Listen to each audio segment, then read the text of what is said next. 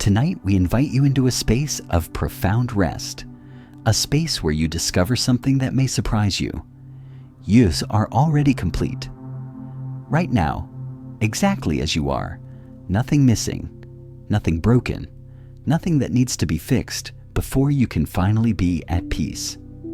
These teachings come from an ancient tradition that has guided human hearts toward freedom for thousands of years. They are not complicated. They are not difficult to understand. In fact, their very simplicity is what makes them so powerful and so easily overlooked. Before we begin, feel welcome to share what time it is where you are listening. There is something beautiful about knowing we are gathered together in this moment, even across distances, all seeking the same thing: rest, peace, a return to something we have always known but somehow forgotten. You do not need to concentrate hard tonight. You do not need to memorize anything or work to understand. Simply allow these words to wash over you like gentle waves. Some will land where they need to land. Others will simply help you relax more deeply. All of it is perfect exactly as it unfolds. The teachers who discovered these truths learned something remarkable. They learned that we are not broken people who need to be fixed. We are not incomplete beings who need to become whole. We are not lost souls who need to find our way home. We have simply forgotten what we already are. And in that forgetting, we created unnecessary suffering for ourselves.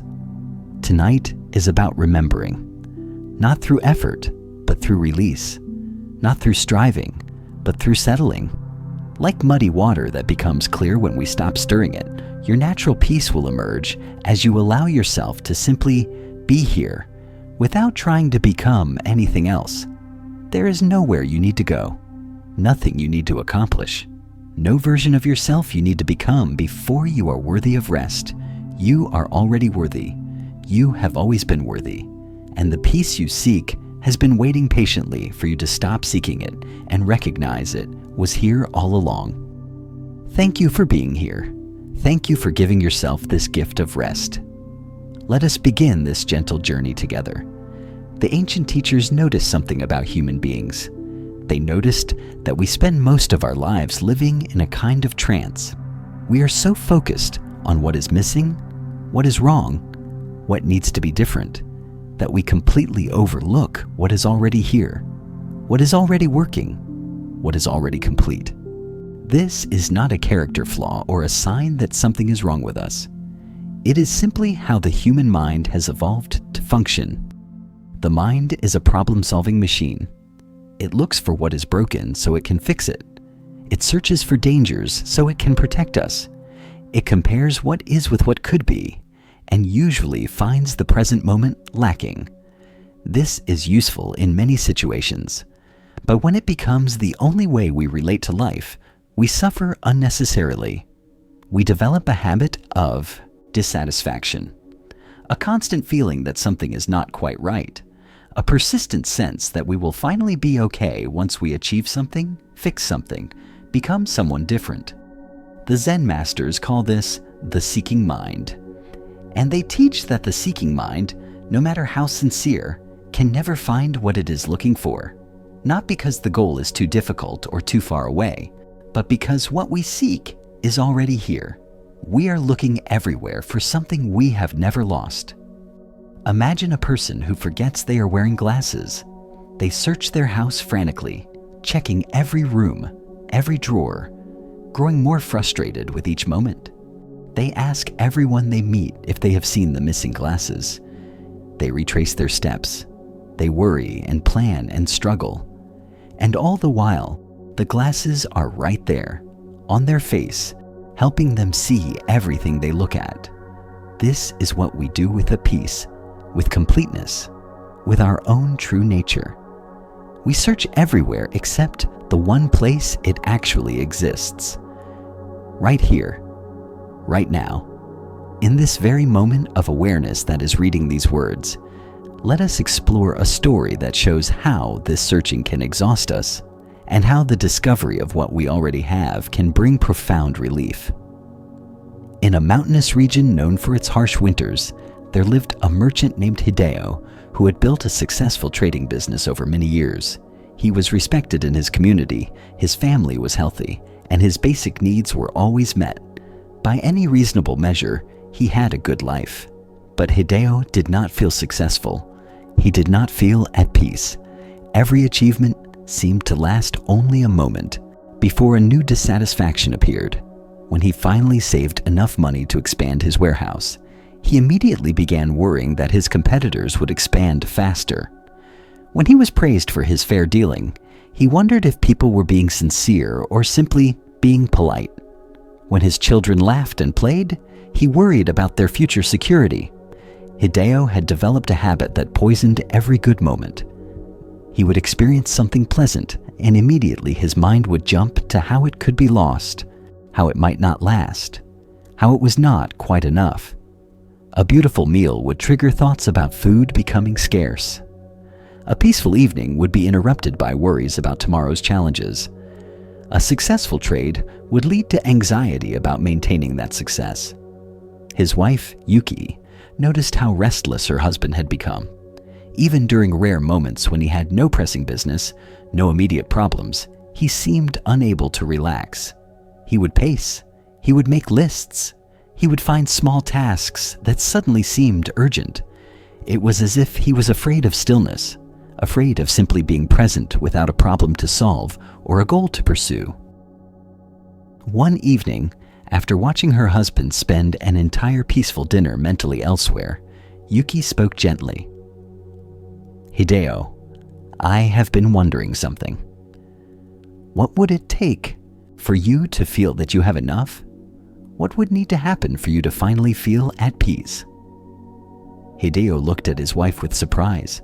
The question had never occurred to him in quite that way. He thought for a long moment before responding, "I suppose I need to secure our future completely. Make sure the business can survive any challenge. Ensure the children will never face hardship. Build something that will last beyond my lifetime." "And when will you know you have achieved these things?" Yuki asked softly. Hideo opened his mouth to answer, but found he had no response. How would he know when enough was enough? How would he recognize the moment when he could finally stop striving and simply rest? He realized with uncomfortable clarity that no external achievement would ever satisfy him because the dissatisfaction lived inside his own mind, not in his circumstances. This conversation troubled Hideo deeply. He began to notice his patterns more consciously. He observed how his mind could turn any situation into a problem, how it could find a flaw in any success, how it could worry about the future even when the present was perfectly fine. And he saw that this had nothing to do with his actual life circumstances and everything to do with the habit of his thinking. One particularly cold winter morning, Hideo woke before dawn, as was his custom. He dressed warmly and walked to his warehouse to begin the day's work. The streets were empty. Snow had fallen during the night, covering everything in pristine white silence. The air was crisp and clean. The only sound was the soft crunch of his footsteps in the fresh snow. For a moment, just a brief moment, Hideo's busy mind became quiet. He stopped walking and simply stood in the pre-dawn darkness, watching his breath create small clouds in the cold air. The sky was beginning to lighten in the east, a few stars still visible overhead, the village around him peaceful and still. And in that moment, without any warning or explanation, something shifted. Hideo experienced the sudden recognition that right now, in this exact moment, everything was actually completely fine. Not fine because he had achieved something or solved some problem, but fine simply because it was. The cold air was perfect. The silent street was perfect. His breathing body was perfect. The dawning sky was perfect. Everything was exactly as it needed to be. The experience lasted perhaps 10 seconds before his thinking mind returned with its habitual concerns and plans. But those 10 seconds changed something fundamental. Hideo had tasted a different way of being. A way that did not require circumstances to be different. A way that recognized completeness right here, right now. regardless of future uncertainties or past regrets. He continued walking to his warehouse, but something had softened in him. Throughout that day, he found himself returning to that moment of recognition, and each time he remembered it, he could feel the quiet, peace that had been there. Not peace because everything was perfect by some external standard, but peace because awareness itself was naturally peaceful when it stopped demanding that everything be different. Over the following weeks, Hideo practiced something very simple. Whenever he noticed his mind spinning into worry or dissatisfaction, he would pause. He would feel his breath. He would notice what was actually happening in that moment, rather than what his thoughts were saying about the future or the past. And often, he discovered the same thing he had discovered in the snowy street, that this moment, met directly, was actually workable, actually okay, actually complete.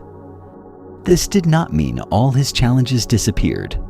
Business still had its difficulties. Family life still had its complications. Winter was still cold and harsh. But underneath all of these changing circumstances, Hideo discovered something stable. A basic okayness that was always available when he stopped looking for problems long enough to notice it. His wife noticed the change in him. "You seem more settled," she observed one evening as they sat together by the fire. "Did something happen?" Hideo smiled. "I discovered that I have been carrying a heavy load that I did not need to carry. I have been searching for peace in the future, thinking I would finally be okay once I achieved enough, secured enough, became enough. But peace was here all along, waiting for me to stop searching and simply notice it." Yuki nodded with understanding. "So, you found what you were looking for?" "Not exactly," Hideo replied. "I discovered I was already standing in the place I had been trying to reach. I just did not recognize it because I was too busy looking elsewhere." This story shows us something essential about the human condition. Hideo's life circumstances were actually quite good, but he could not enjoy them because his mind was always elsewhere, always focused on what might go wrong, always comparing what was with what should be, always seeking a future moment when he could finally relax. This is not unusual. Most of us live this way to some degree. We have what we might call postponed living. We tell ourselves we will be happy once we achieve a certain goal. We will finally relax once we solve a particular problem. We will be at peace once circumstances align perfectly. But circumstances never align perfectly. There is always something that could be better. Always some uncertainty about the future. Always some problem that needs attention. If we make our peace conditional on external circumstances being just right, we will never find it. What Hideo discovered in that quiet moment on the snowy street was something the Zen masters have been teaching for centuries. Peace is not found in circumstances. It is found in the quality of awareness we bring to circumstances. When we stop demanding that this moment be different and simply meet it as it is, we discover a natural ease that has been available all along. Notice your breath right now. It is flowing in and out without your effort or control. Your heart is beating. Your body is being supported. Life is happening through you without requiring your constant management. This basic functioning has been here your entire life. So reliable, you probably never notice it. This is what is meant by completeness. Not that everything is perfect, but that the basic miracle of being alive and aware is already here, already working, already enough. Hideo's transformation did not come from changing his circumstances. It came from changing where he placed his attention. Instead of constantly scanning for problems, he learned to also notice what was already okay. Instead of living entirely in projected futures, he learned to actually inhabit the present moment. And in that shift of attention, he found the peace he had been seeking through achievement. This teaching offers tremendous relief because it means we do not need to wait for some future moment when everything finally aligns perfectly. We do not need to fix ourselves or achieve something special before we can access peace. We simply need to recognize what is already here, already functioning, already complete. Let yourself settle a little deeper. Feel the surface beneath you supporting your weight. Notice how you do not need to hold yourself up. You are already being held. This has always been true. You simply may not have noticed it because your attention was elsewhere. The Zen masters teach that we suffer not because life is inherently painful, but because we are constantly at war with what is. We want this moment to be different. We want ourselves to be different. We want to feel something other than what we are feeling. And this constant resistance to reality creates a layer of suffering on top of whatever challenges we actually face. But what if we could learn to meet life as it actually is? What if we could stop demanding that everything be different and instead bring a quality of acceptance to whatever appears? This does not mean becoming passive or giving up on improving our circumstances. It means recognizing that this moment is already here, already real, and fighting against its reality does not help anything. Let us explore another story that shows how this acceptance can transform even difficult circumstances into opportunities for peace. In a coastal province, there lived a potter named Sakura, who had dedicated her life to creating beautiful ceramics. Her work was known throughout the region for its delicate forms and subtle glazes. She had spent decades perfecting her craft, and her reputation brought students and collectors to her workshop regularly. But Sakura had a problem that caused her constant distress. Her hands had begun to develop arthritis. The condition was progressive, and she knew that eventually it would make it impossible for her to work at the potter's wheel. Each morning when she woke, she would feel the stiffness in her fingers, and a wave of grief would wash over her. She would think about all the pieces she still wanted to create, all the techniques she had not yet mastered, all the beauty that would remain unexpressed once her hands could no longer shape clay. This grief colored everything. When she worked, instead of enjoying the process, she would think about how many more years she might have. When she created something beautiful, instead of appreciating it, she would mourn all the future pieces she would never make. When students came to learn from her, instead of feeling grateful for the opportunity to share her knowledge, she would feel envious of their young, healthy hands. Sakura's husband Kenji watched his wife suffer. He suggested she see different healers. He encouraged her to try various treatments. He reminded her of all the beautiful work she had already created. But nothing seemed to ease her anguish. She was fixated on what she was losing rather than what she still had. One autumn day, a traveling monk stopped at Sakura's workshop.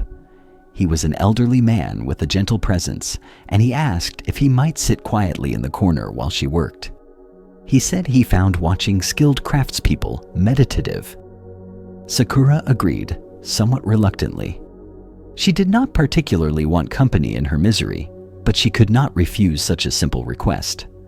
The monk sat perfectly still for several hours, simply watching Sakura work at her wheel. She found his presence oddly calming, despite her initial resistance.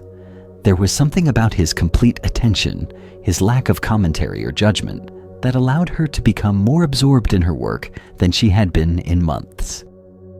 When she finally stopped for the evening, cleaning her tools and covering her current pieces, the monk spoke for the first time.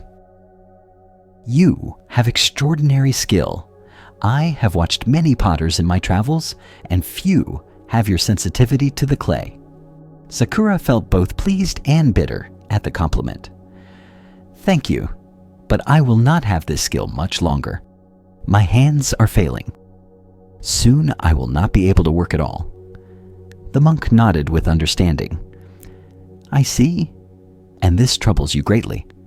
"Of course it troubles me," Sakura said, her voice rising with emotion. "My entire life has been about this craft. Without it, who am I? What purpose do I have?" The monk was quiet for a moment, looking at the pottery that filled the workshop. Shelves lined with finished pieces, works in progress covered with damp cloth. The wheel in the center, worn smooth from decades of use.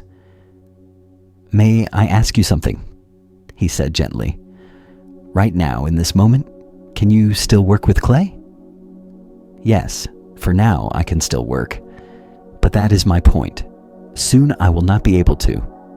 "I understand," the monk said. "But I am asking about now. In this actual moment, as we speak, do you have the ability to shape clay?" Sakura looked at her hands, stiff and aching, but still functional. "Yes, right now, I can." Then perhaps the question is not what you might lose in the future, but what you actually have right now. In this moment, you are a potter who can still work. In this moment, your hands can still create. Why spend this precious time mourning a future moment that has not yet arrived? Sakura felt something shift in her chest. The monk's words were so simple, but they pointed to something she had completely overlooked. She had been so focused on the future loss that she was missing the present reality. She could still work. She was still creating. This moment was not the disaster she imagined. It was only her thoughts about the future that made it feel like a disaster. "But how can I not think about it?" she asked. "How can I ignore what is coming?" "I am not suggesting you ignore it," the monk replied. "I am suggesting you do not let thoughts about the future destroy your experience of the present. Your arthritis is real. The progression is real. But the suffering you add to it by constantly fighting against it, that is optional. That is something you are choosing, even if it does not feel like a choice." He gestured to the wheel. "When you sit at your wheel and feel your hands stiffen, you have two options. You can spend that time in mental anguish about the future, making the experience miserable. Or you can simply be present with the actual sensations. Work skillfully with the hands you have today, and find that even imperfect hands can create beauty." The monk stood to leave. "I have seen potters with perfect hands create mediocre work because their minds were too scattered to be fully present. And I have seen masters with crippled hands create extraordinary beauty because they brought complete attention to each moment. The quality of your work does not come from your hands alone. It comes from the presence you bring to your work." After the monk left, Sakura sat alone in her workshop for a long time. She looked at her hands, really looked at them, perhaps for the first time in months, without overlaying her vision with fear and grief. They were weathered hands, arthritic hands, but they were also capable hands, strong hands, hands that still held decades of skill and knowledge. She approached her wheel and began to work on a new piece. But this time, instead of thinking about the future, she brought her full attention to the present moment. The feel of the clay, the pressure of her fingers, the subtle adjustments needed to keep the form centered. And she discovered something remarkable. When she stopped fighting against her limitations and simply worked with what she had, the stiffness in her hands actually bothered her less. The discomfort was still there, but without the layer of mental suffering added to it, it was simply sensation. Workable. Manageable. Over the following months, Sakura's approach to her craft transformed completely. She stopped counting how many years she might have left and started fully inhabiting each day of work she was given. She stopped mourning future pieces she might not create and started appreciating the piece she was working on right now. When her hands were particularly stiff, instead of despair, she would simply adjust her approach, work with softer clay, create simpler forms, focus on glazing rather than throwing. And something unexpected happened. Her work became more beautiful, not despite her limitations, but in some mysterious way because of them. Because she was fully present with each piece, fully attentive to each moment. Her pottery took on a quality it had never had before. A depth, a presence, something that could only come from an artist who had learned to meet reality exactly as it was. When students would ask about her arthritis, she would say something that surprised them. "My hands taught me something I could not have learned otherwise. They taught me that peace does not come from circumstances being perfect. It comes from being fully present with circumstances exactly as they are."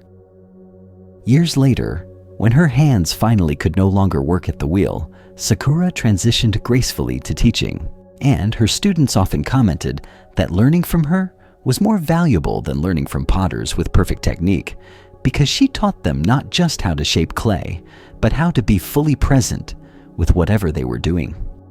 How to work with limitations instead of fighting against them.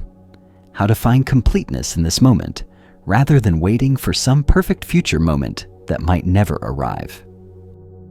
This story reveals another dimension of recognizing our inherent completeness. Sakura was so focused on what she would lose in the future that she could not see what she actually had in the present.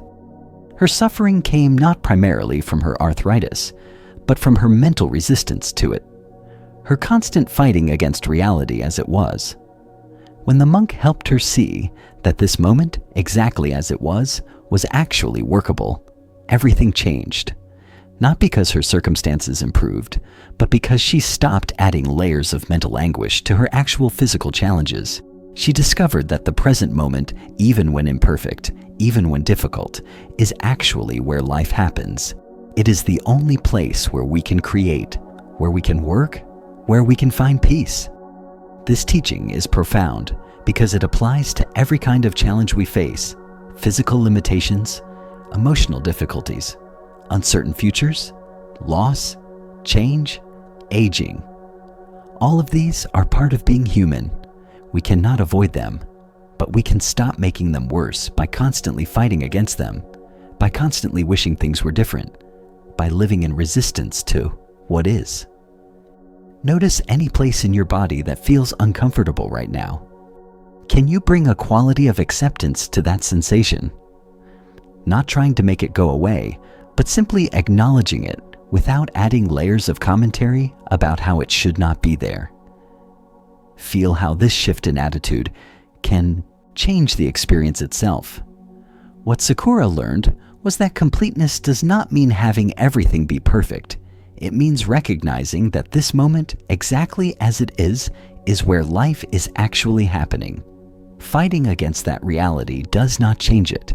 It only creates suffering. But meeting reality with acceptance, with presence, with a willingness to work skillfully with whatever appears, this is where peace lives. The monk pointed her towards something the Zen masters call suchness. This is the quality of things exactly as they are, without our preferences or judgments layered on top. Sakura's hands were such as they were: stiff, arthritic, limited. This was the suchness.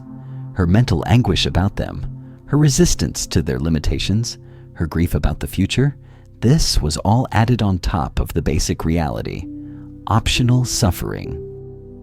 When she learned to meet the suchness directly, without the added layers, she found she could work with it, could create within it, could even find beauty through it. This is what it means to recognize completeness. Not that everything is ideal, but that this moment, exactly as it is already complete, already whole, already workable. Let your breathing be easy and natural.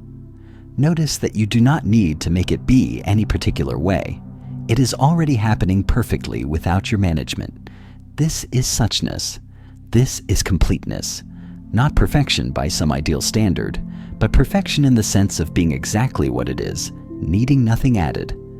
The recognition that we are already complete is not a thought we think. It is a direct seeing of reality as it actually is. And when we see clearly, we discover that the peace we have been seeking through changing circumstances, through self-improvement, through achievement, has been available all along in the simple act of being fully present with what is. Sakura found this peace not by healing her arthritis, but by stopping her war with it, Hideo found this peace not by securing his future completely, but by recognizing that the present moment was already okay. Both of them discovered that completeness is not something we achieve. It is something we recognize, something we come home to, something that has been here all along, waiting patiently for us to stop seeking long enough to see it. Rest here for a moment. Let these teachings settle into you like gentle rain into earth. You do not need to figure them out or understand them completely. Simply allow them to work in you naturally, in their own time, in their own way. There is an aspect of completeness that the Zen masters emphasize which can seem paradoxical at first. They teach that we are already complete, already whole, already at peace. And yet they also encourage us to practice, to develop mindfulness, to cultivate compassion and wisdom. How can both be true? If we are already complete, why practice? If we need to practice, how can we already be complete? This apparent paradox resolves when we understand what completeness actually means. It does not mean we have nothing to learn or no room to grow. It means that our basic nature, our fundamental being, is already whole. We do not practice to become complete. We practice to recognize and embody the completeness that is already our nature. Think of it this way. A seed is already complete.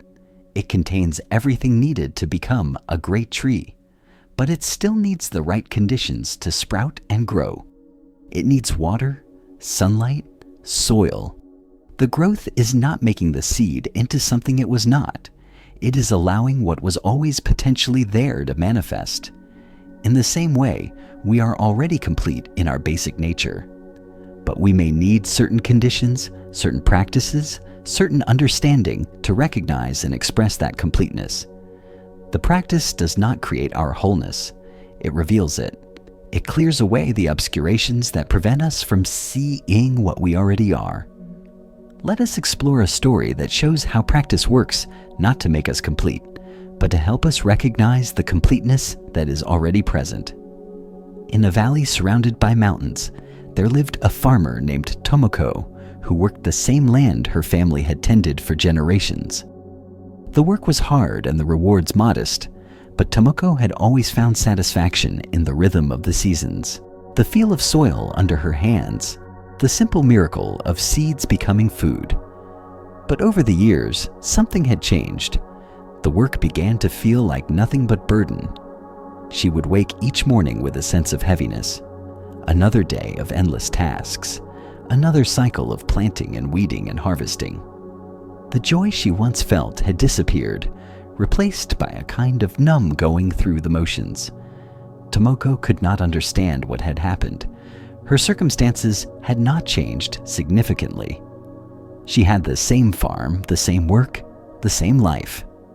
But somewhere along the way, she had lost her connection to the meaning and beauty that had once sustained her. Life had become mechanical, dutiful, gray. One spring morning, a wandering teacher stopped at Tomoko's farm and asked if he might work in exchange for a meal and a place to sleep for the night. Tomoko agreed. She gave him simple tasks, nothing requiring special skill, and watched as he worked throughout the day. What struck Tomoko was not that the teacher worked quickly or efficiently. He did not. In fact, he worked quite slowly. But there was something about the quality of his attention that she found mesmerizing. When he pulled weeds, he seemed completely absorbed in that simple task. When he carried water, his entire being seemed engaged in the act of carrying water. There was no sense that he was enduring these tasks or waiting for them to be over. He was fully present for each moment. That evening, as they shared a simple meal, Tomoko asked him about what she had observed. "Forgive me for asking, but you seem to bring such attention to even the simplest tasks. Is this some kind of spiritual practice?" The teacher smiled gently. "Everything is practice if we are fully present for it. Weeding is practice. Carrying water is practice. Eating this meal is practice. The question is not whether we are practicing, but whether we are aware that we are practicing. Tomoko felt confused. I do not understand. I thought spiritual practice meant meditation, or chanting, or studying texts. You are saying that pulling weeds is the same as meditation.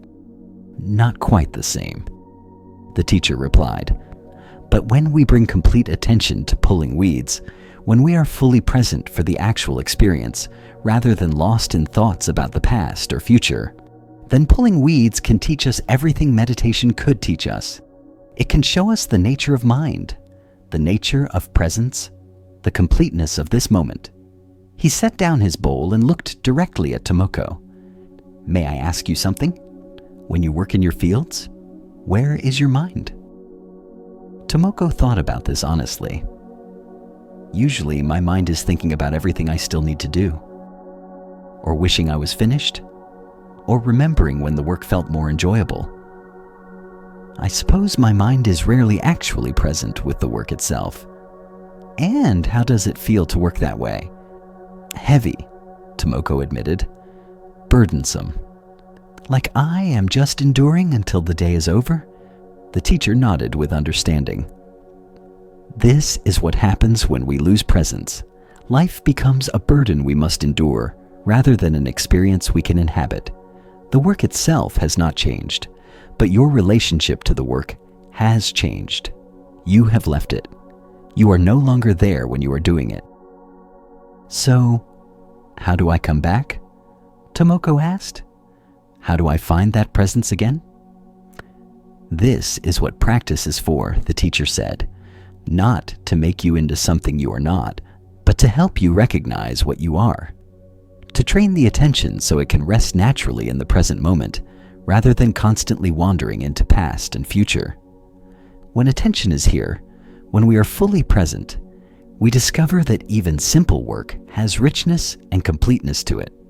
The teacher offered to teach Tomoko a simple practice. Each morning before beginning her work, she would sit quietly for just 10 minutes.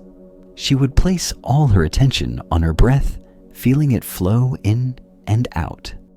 When her mind wandered into thoughts, which it would constantly, she would simply notice this and gently return her attention to breathing.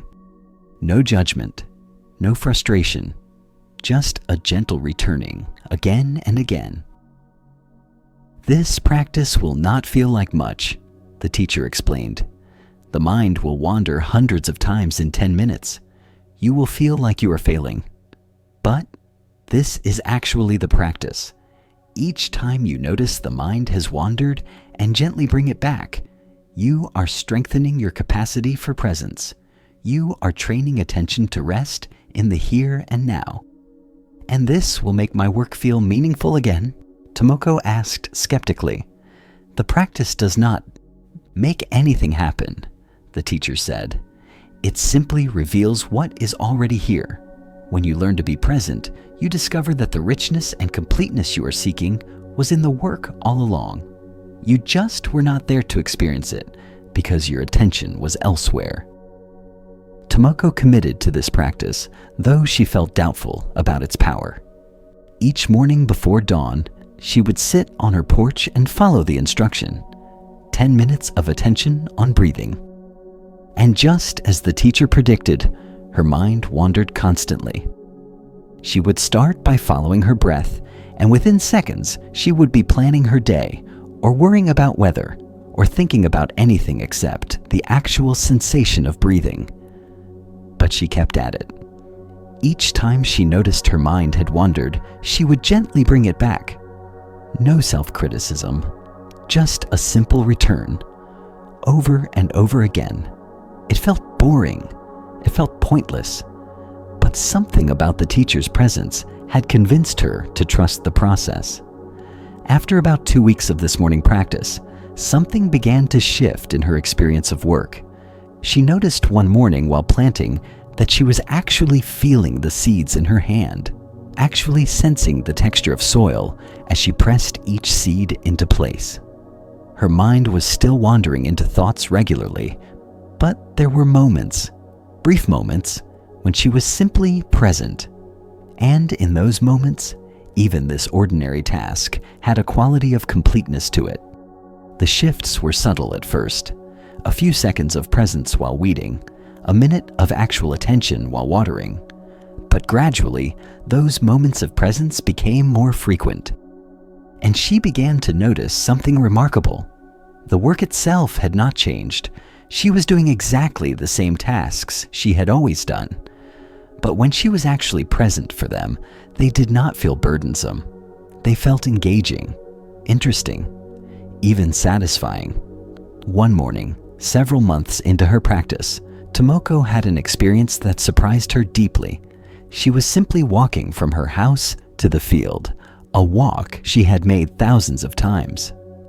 But on this particular morning, her attention was completely here. She felt her feet touching the ground. She saw the early light touching the mountains. She heard birds beginning their morning songs. And for perhaps 30 seconds, there was no commentary in her mind. No thoughts about what needed to be done. No preferences about how things should be. Just direct experience. Pure presence. And in that brief window, Tomoko experienced something she could not quite put into words. A sense that this moment, exactly as it was somehow complete. Not lacking anything. Not needing anything to be different. The simple act of walking across her familiar land, fully experienced, was enough. Was everything. The experience passed quickly as her thinking mind returned, but it left her with a recognition that changed everything. The completeness she had been missing was not something she needed to find or create. It was already here in each moment. She had simply been too distracted to notice it, too caught in thoughts to experience the actual richness of simple presence. Her morning practice continued, but now she understood its purpose in a new way. She was not trying to become someone different. She was training her attention to rest naturally in the present moment, so she could actually experience the life she was already living. She was clearing away the mental fog that had obscured the completeness that had been here all along. Years later, when people would comment on how peacefully Tomoko seemed to work, how present she was with even mundane tasks, she would say something simple. "I am not doing anything special. I am just learning to actually be here for the life I am living." Most people spend their lives thinking about living, rather than actually living. The practice helped me close that gap. This story shows us how practice works in the Buddhist understanding. Tomoko was already complete.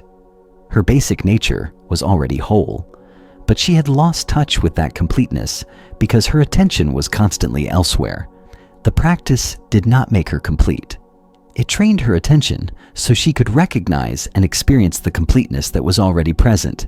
This is what all genuine spiritual practice does. It does not create something that is missing. It removes the obscurations that prevent us from seeing what is already here, like cleaning a window that has become covered with dust.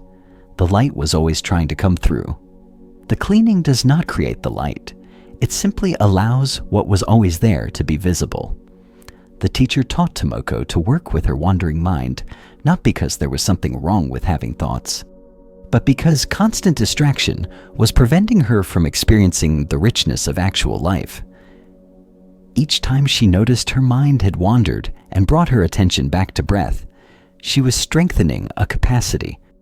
The capacity to be here, to be present, to experience life directly rather than through the filter of constant thinking. Feel your breath moving now. Notice how attention naturally gathers when you point it toward direct experience. This gathering of attention, this settling into presence, is available in any moment. You are not creating anything new. You are simply allowing attention to rest where it naturally wants to rest when it is not being pulled away by compulsive thinking. What Tomoko discovered was that her work had never lost its meaning or richness. She had lost her presence with it. When presence returned, when she learned to actually be there while working, the completeness she sought was revealed to have been there all along. This is why the Zen masters say we are already enlightened, not because we have nothing to learn or no room to grow, but because our basic nature, when met directly, is already complete, already aware, already at peace. The practice is not about becoming enlightened. It is about recognizing the enlightenment that is already our nature. The teacher did not give Tomoko a complicated practice. He did not ask her to achieve special states or have extraordinary experiences. He simply taught her to be present, to place her attention on breathing and gently return it when it wandered. This simple practice, done consistently, was enough to transform her entire experience of life. This offers us tremendous encouragement. We do not need years of intensive training or perfect circumstances to begin recognizing our completeness. We simply need to start practicing presence. To begin training attention to rest in this moment, rather than constantly escaping into thought. And as presence strengthens, the completeness that has always been here becomes more and more apparent. Tomoko's practice took the form of morning meditation, but presence can be practiced in countless ways. When washing dishes, we can bring full attention to the sensations. When walking, we can feel each step. When listening to someone, we can actually hear them rather than planning our response. Any activity can become practice when we bring genuine presence to it. The key is not the particular form of practice, but the intention behind it. Are we trying to become someone different? Or are we learning to be fully present with who we already are? Are we seeking to create something new? Or are we clearing away the obscurations that prevent us from seeing what has always been here? Notice how the mind has perhaps wandered while listening to these words. Can you feel that gentle return of attention? This is practice. Right here, right now. Not something you will do later. Not something requiring special conditions. Simply this. This noticing. This return. This presence. The completeness we speak of is not an achievement at the end of a long path. It is the ground we are already standing on. The practice helps us recognize this ground, helps us stop searching for something elsewhere, and settle into what is already here. This is why the teacher told Tomoko that everything is practice when we are fully present for it, because every moment offers the opportunity to recognize the completeness that is already present. Let yourself rest in this understanding. You are not broken. You are not incomplete. You are not missing some essential piece that you must find before you can finally be okay. Your basic nature, your fundamental being, is already whole, already complete, already at peace. The practice simply helps you recognize this truth that has been present all along. There is a teaching in Zen that speaks to the heart of recognizing our completeness. It says that Buddha, nature, the potential for full awakening, is not something we must earn or develop. It is something we already possess. Every human being, regardless of their circumstances, their history, their achievements or failures, has within them this complete and perfect nature. But here is where the teaching becomes subtle and profound. Having Buddha nature does not mean we are already functioning as fully awakened beings. It means we have the capacity, the potential, the fundamental nature that, when recognized and expressed, is awakening itself. Think of it like this. Every acorn contains within it the complete pattern for an oak tree. Nothing needs to be added to the acorn to make it capable of becoming an oak.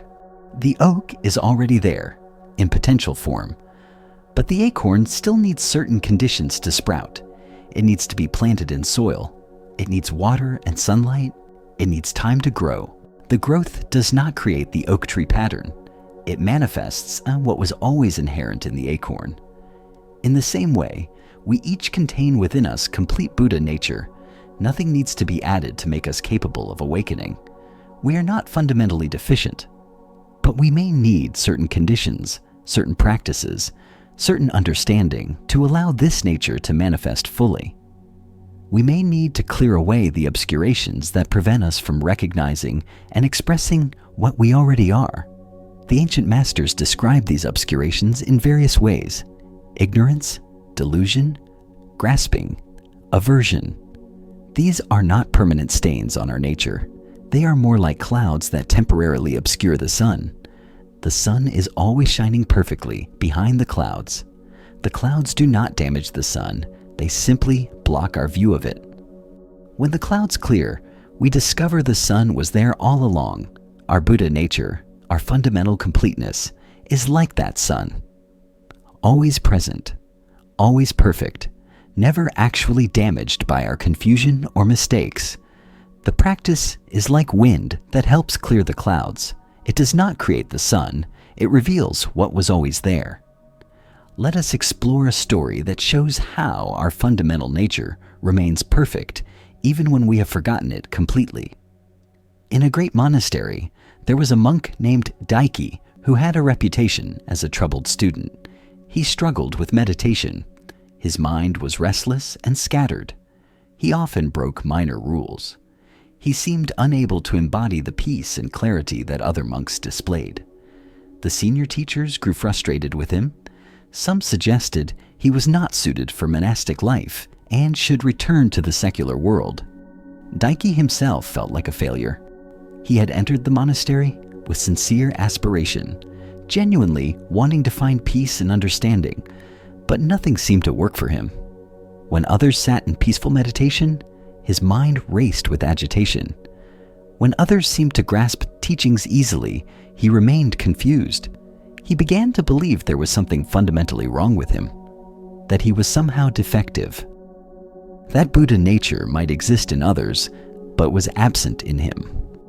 The head teacher of the monastery was an elderly master named Shuzan, who rarely involved himself in the day-to-day instruction of students, but he had been watching Daiki with interest. Where others saw only failure and struggle, Shuzan saw something else. He saw someone who was profoundly sincere even in his confusion, someone who kept trying even when discouraged, someone whose very struggle might become a doorway to deep understanding. One morning, Master Shuzan called Daiki to his quarters. The young monk arrived expecting to be dismissed from the monastery. Instead, Shuzan invited him to sit and offered him tea. "I understand you believe there is something wrong with you," Shuzan said gently, "that you are somehow deficient compared to other students." Daiki felt shame wash over him. "Yes, Master. I try to practice, but I seem unable to settle my mind or understand the teachings. Perhaps I am not meant for this path." Shuzan was quiet for a moment, studying the young monk with compassionate eyes.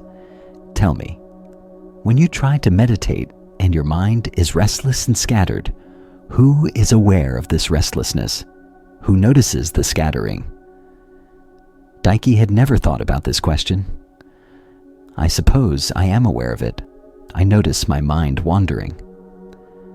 "And this awareness that notices, is it restless? Is it scattered?" Daiki paid careful attention to his experience. His thoughts were scattered, certainly, but the awareness that noticed the scattering seemed somehow steady, clear. "The awareness itself is not scattered," he said slowly. "Only the contents of awareness are scattered." Shuzan smiled. "You have just discovered something profound. The awareness that knows your confusion is not itself confused.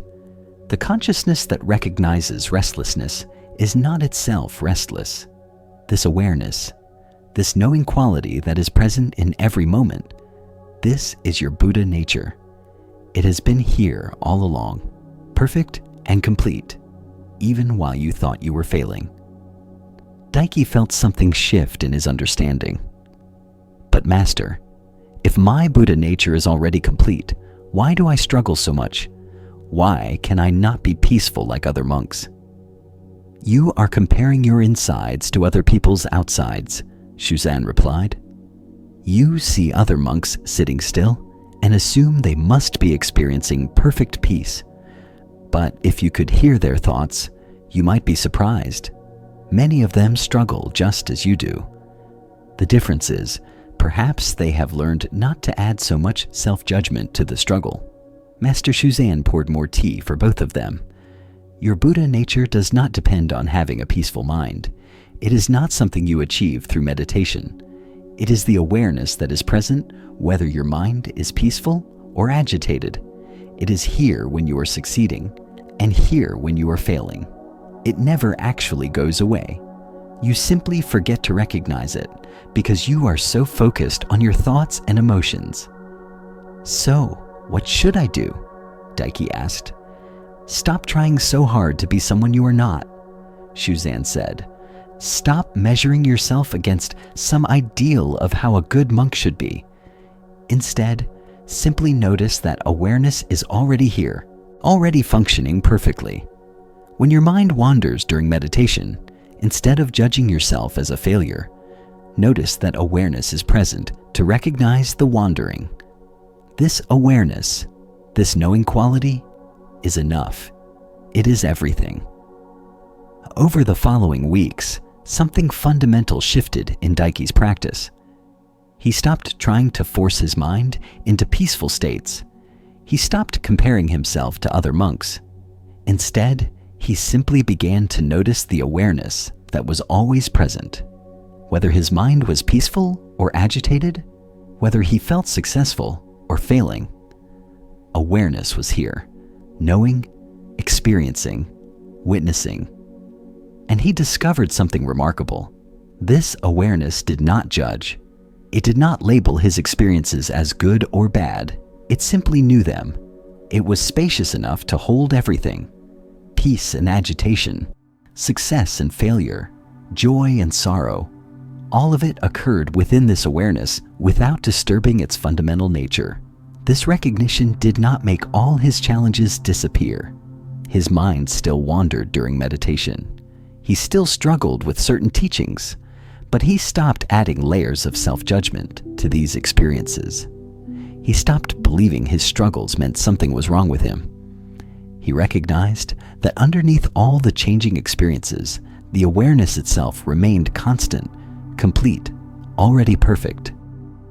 Daiki went on to become one of the monastery's most valued teachers, not because he developed the most advanced meditation skills or achieved extraordinary states, but because he learned to work with students who struggled, helping them recognize that their challenges did not indicate something fundamentally wrong with them, that Buddha nature was present even in confusion and difficulty. That completeness was not something to achieve, but something to recognize. Years later, when students would come to him feeling discouraged, he would often share what Master Shuzan had helped him see. You are not broken. Your struggles do not mean you lack Buddha nature. The awareness that knows your struggle is itself Buddha nature, already complete, already perfect, waiting only to be recognized. This story reveals something essential about recognizing our completeness. Daiki believed his struggles indicated something fundamentally wrong with him. He thought Buddha nature was something other monks had, but he lacked.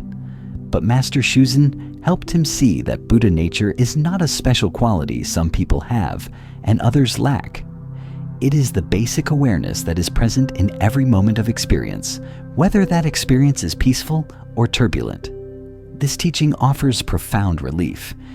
It means we do not need to achieve some special state before we can recognize our fundamental completeness. We do not need to fix everything that seems wrong with us. We do not need to become perfect before we can access peace.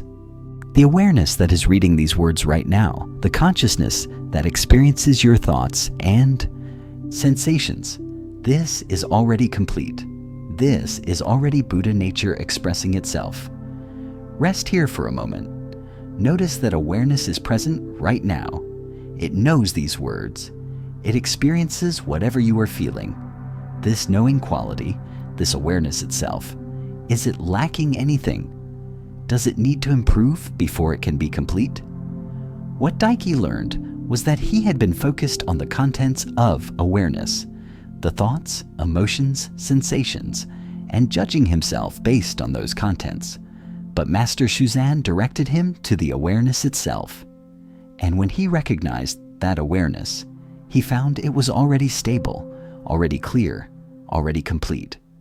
His thoughts might be scattered, but the awareness that knew the scattering was not scattered.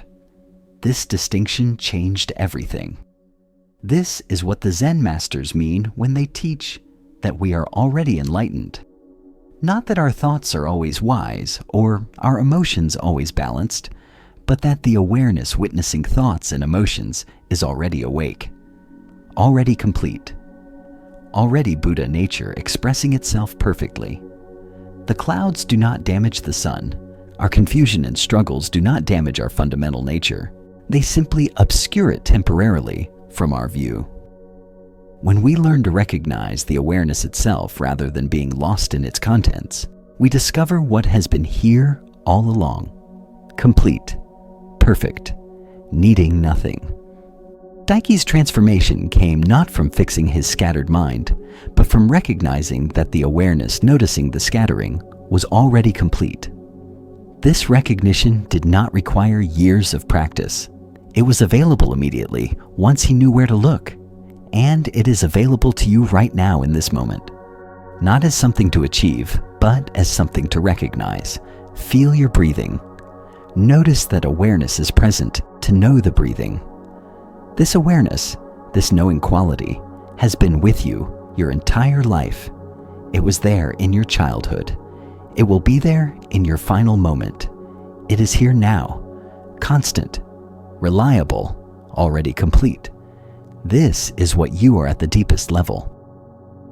Not the changing thoughts and emotions, not the struggles and successes, but the awareness itself that witnesses all of these. When we recognize this, truly recognize it, we discover what the ancient teachers promised. We are not broken people on a journey to become whole. We are whole beings who have temporarily forgotten our nature. The journey is not about becoming something we are not. It is about remembering, recognizing, coming home to what we have always been. Let this sink in naturally. You do not need to understand it with your thinking mind. Simply allow the recognition to emerge in its own time. Like the sun that is always shining behind clouds, your fundamental nature is always present, always complete, waiting only for the clouds to clear, for attention to settle, for recognition to dawn. There is a quality that naturally emerges when we begin to recognize our inherent completeness.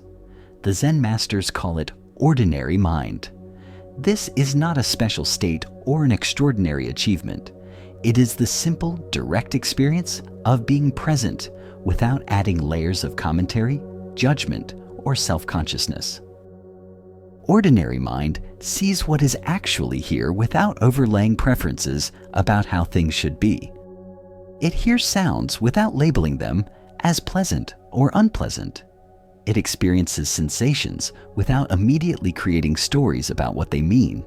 It meets life as it actually is, rather than through the filter of endless thinking. In our culture, we often assume that spiritual awakening must be dramatic and special. We imagine bright lights, profound visions, ecstatic experiences.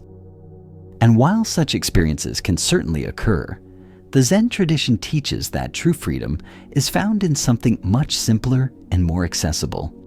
The freedom to be completely ordinary, to be fully present for this simple moment exactly as it is. When we are identified with the seeking mind, constantly trying to become someone better or different, ordinary moments feel inadequate. We are always looking for something more special, more significant, more extraordinary. But when we recognize our fundamental completeness, ordinary moments reveal their hidden richness. A simple cup of tea becomes completely satisfying. A walk in the morning air becomes profound. The feeling of breath moving through the body becomes enough. This is not because these experiences become somehow more special. It is because we are finally fully present for them. We are no longer divided, with part of our attention here and part somewhere else, wishing things were different. We are simply here, completely. And in that complete presence, even the most ordinary moment is revealed to be extraordinary. Let us explore a story that shows how ordinary mind expresses itself in a life lived with complete presence. In a small town, there lived a man named Ichiro, who ran a modest noodle shop. He had inherited the shop from his father, who had inherited it from his father. 3 generations of making noodles in the same small space. Nothing fancy, nothing that would attract attention from food critics or tourists. Just honest, simple noodles made with care. But something about Ichiro's shop drew people. It was not the fanciest noodles in town. The ingredients were not exotic. The preparation was not elaborate. Yet people who ate there often said they had never tasted noodles quite like his. There was something about the food that felt nourishing, in a way that went beyond mere nutrition. A food writer from a larger city heard about Ichiro's shop and decided to visit, curious about what made these ordinary noodles special. He arrived expecting to discover some secret technique or rare ingredient. Instead, he found a simple old man making noodles in exactly the way countless others made noodles. The writer watched Ichiro work for several hours. The old man moved slowly, without rushing or wasting motion. He measured flour with careful attention. He kneaded dough with steady rhythm. He cut noodles with practiced precision. But the writer could see nothing unusual in the technique, nothing that would explain the reputation. Finally, the writer asked, "Forgive me, but I have been watching you all morning, and I see nothing special in how you make noodles. Yet people say your food is extraordinary. What is your secret?" Ichiro smiled gently, his hands continuing their work without pause. "There is no secret. I simply make noodles." "But there must be something," the writer persisted. "Some special ingredient or technique." Ichiro stopped working and looked directly at the writer. "When I measure flour, I am completely measuring flour, nothing else. My mind is not thinking about the next step or worrying about the previous batch.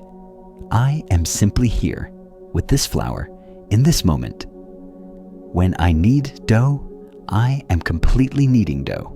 All of my attention is with the dough, feeling its texture, sensing when it needs more water or more kneading. When I cut noodles, I am nowhere else but cutting noodles." The writer looked confused. "But surely everyone does this. Anyone making noodles is making noodles." "Their hands are making noodles," Ichiro agreed. "But where is their mind?" Often, people work with their hands while their minds are somewhere completely different, thinking about problems, planning the future, replaying the past. Their body is here, but they are not fully here. This divided attention affects everything they do, even if they do not realize it. He returned to his work, rolling out dough with complete attention. "My teacher taught me that there is no such thing as a small task or an unimportant moment. Every action is an opportunity to be completely present. When I am fully here for making noodles, the noodles somehow know it. They receive the gift of my complete attention, and people can taste that attention. They can taste presence." The writer was skeptical, but intrigued. "So, you are saying that presence is the secret ingredient?" "Not an ingredient," Ichiro corrected gently. "Presence is not something added to the noodles. It is the quality of attention I bring to every step of making them. It affects how I choose ingredients, how I handle them, how I prepare them. When someone is completely present, they work with a kind of care and precision that divided attention can never achieve." Over the following days, the writer returned to watch Ichiro work and to experiment with eating mindfully in the shop. He began to notice something he had never paid attention to before. When he ate Ichiro's noodles with his full attention, not reading or checking his phone or thinking about other things, the flavor seemed somehow deeper, more satisfying, the texture more interesting. It was not that the noodles themselves were so different, but that he was actually present to experience them fully. He also noticed how different Ichiro seemed from other shop owners he knew. There was no sense of hurry about him, no underlying tension or stress.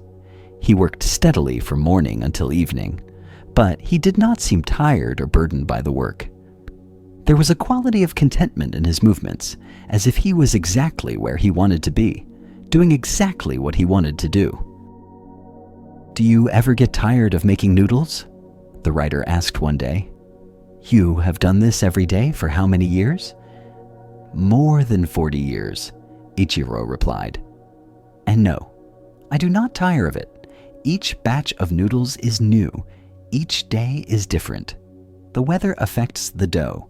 The season affects the ingredients. My own energy varies from day to day. When I pay attention, when I am fully present, I discover that I am not doing the same thing over and over.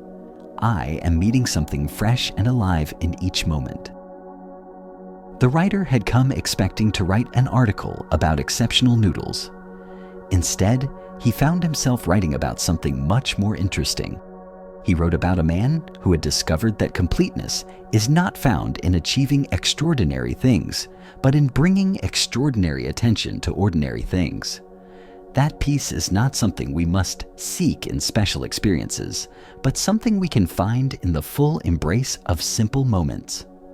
When the article was published, it made no mention of secret techniques or special ingredients. It spoke instead about presence, about the quality of attention one man brought to his work, about how ordinary mind, fully engaged with simple tasks, creates something that transcends the ordinary even while remaining completely simple. Years later, when students of Zen would come to learn from Ichiro, he would tell them something that always surprised them. "I am not a great teacher. I am not enlightened in any special way. I simply learned to be completely where I am, doing completely what I am doing. This is ordinary mind, and it is available to everyone in every moment." This story shows us what it means to live from a recognition of completeness. Ichiro was not trying to be special or achieve anything extraordinary. He had simply learned to be fully present for the ordinary work of making noodles, and that complete presence transformed something mundane into something that nourished people in unexpected ways. This is what ordinary mind looks like in practice. Not dramatic or impressive, but deeply present.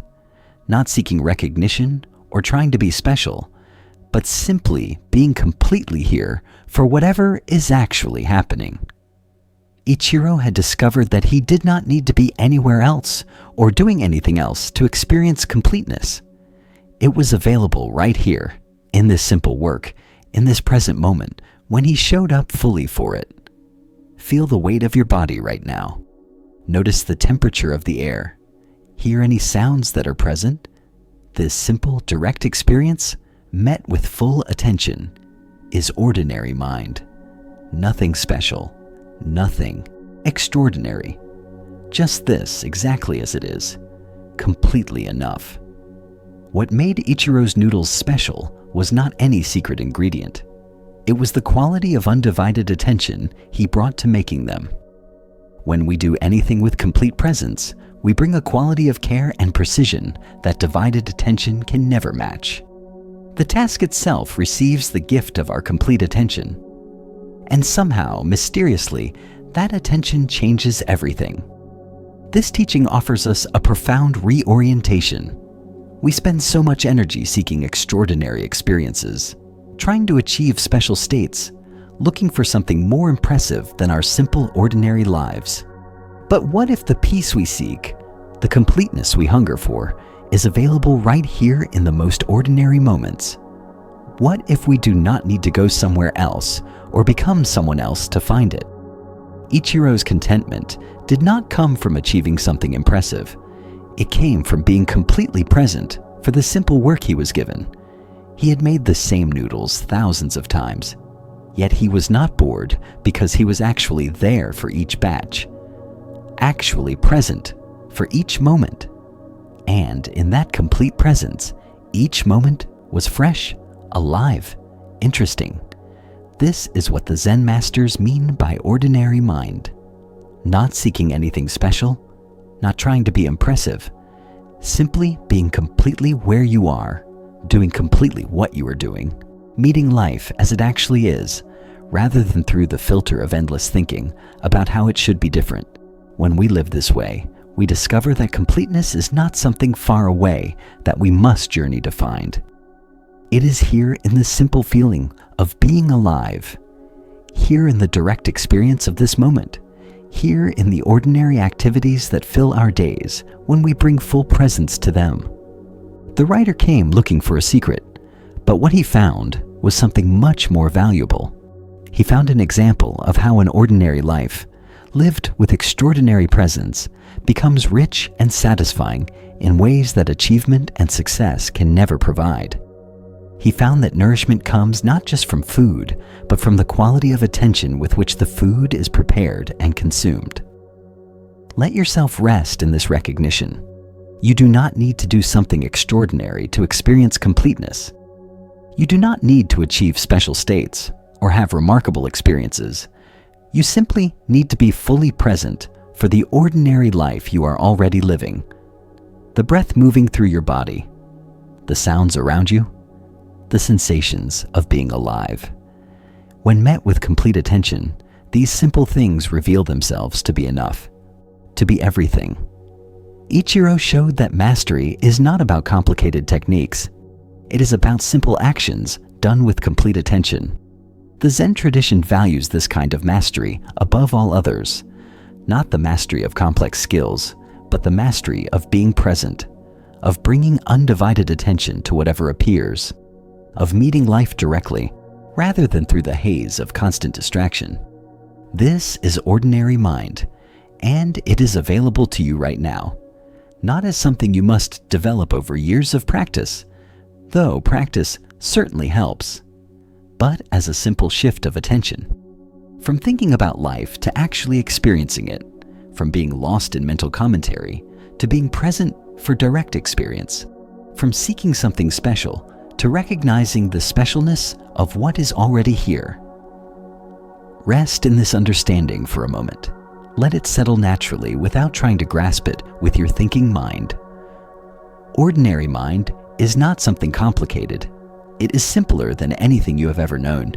It is just this breath, this sensation, this moment of being alive and aware. The recognition of our completeness naturally gives rise to a quality that the Zen masters treasure deeply. Gratitude, not gratitude because we have finally achieved something or because circumstances are perfect, but gratitude for the simple fact of being. Gratitude for awareness itself. Gratitude for the miracle that is so ordinary we usually overlook it completely. When we live in the seeking mind, always focused on what is missing or what needs to be different, gratitude is difficult. We might feel grateful when we get what we want, but that gratitude is conditional. It depends on circumstances aligning with our preferences, and it disappears quickly when circumstances change. But when we recognize our fundamental completeness, when we see that we are already whole regardless of circumstances, a different kind of gratitude emerges. This gratitude is not dependent on external conditions. It arises naturally from the recognition that existence itself is an extraordinary gift. That consciousness, awareness, the capacity to experience life, these are profound miracles we have been given without earning them. Think about it. You did not create your own awareness. You did not earn the capacity to see, to hear, to feel, to know you are alive. These gifts were given to you freely, and they remain with you in every moment, constantly available, never asking for anything in return. The heart beats without your management. The breath flows without your control. Life sustains itself through you with incomprehensible generosity. When we truly see this, when we recognize the constant grace that allows existence to continue moment by moment, gratitude arises spontaneously, not as something we force ourselves to feel, but as the natural response to clear seeing. Let us explore a story that shows how this deep gratitude can transform even the most difficult circumstances into opportunities for recognizing completeness. In a remote mountain village, there lived an old woman named Aya who had experienced more than her share of hardship. She had lost her husband to illness when their children were young. She had worked exhausting labor to provide for them. One of her children had died in childhood. Another had moved far, away and rarely visited. Her body had grown frail with age, and she lived in a small cottage with very few possessions. By any external measure, Aya's life would appear difficult, even tragic. Yet visitors to the village often commented on something surprising. Aya was one of the happiest people they had ever met. Not happy in a forced or artificial way, but genuinely content. There was a lightness about her, a quality of peace that seemed incongruous with her circumstances. A young monk named Kenji, traveling through the mountains on pilgrimage, stopped in the village and heard stories about this remarkable old woman. He was curious. He had spent years studying Buddhist teachings about peace and contentment, but he struggled to embody them. He often felt dissatisfied, despite having a comfortable life in his monastery. How could this woman, with so little and having suffered so much, have found what he was seeking? He asked permission to visit Aya and found her outside her cottage, tending a small garden. She welcomed him warmly, inviting him to sit on a bench in the sun while she continued her work. "Forgive my directness," Kenji said, "but I have heard that you have faced great difficulties in your life, yet you seem remarkably happy. What is your secret?" Aya laughed softly, her weathered hands continuing to pull weeds. "Secret? I have no secret. I simply wake each morning grateful to be alive." "But surely it cannot be that simple," Kenji protested. "You have lost people you loved. You live with very little. Your body is old and must cause you pain. How can you be grateful given these circumstances?" Aya set down her tools and looked at the young monk with eyes that held both clarity and warmth. "You are making an assumption that I am grateful despite my circumstances. But that is not quite right. I am grateful for my circumstances exactly as they are. Let me show you something." She stood slowly, her joints stiff, and gestured for Kenji to follow her into her cottage. Inside, the space was simple and spare. A sleeping mat, a few dishes, some clothes, a small altar with a single candle, almost nothing by way of possessions. "What do you see here?" Aya asked. "Very little," Kenji admitted. "Forgive me for saying so, but you have almost no possessions." "Look again," Aya said gently. "I have a roof that keeps out the rain. I have walls that protect me from wind. I have a mat to sleep on, dishes to eat from, clothes to wear, a candle to light the darkness. Every single thing I need is here. How could I not be grateful?" She moved to the small window. "Look outside. I have a garden that provides food. I have mountains to rest my eyes on. I have sun in the morning and stars at night. I have clean air to breathe. These gifts are given to me freely every day. I did nothing to earn them. How could I not be grateful?" "But what about your losses?" Kenji asked. "Your husband, your child. Do you not grieve them?"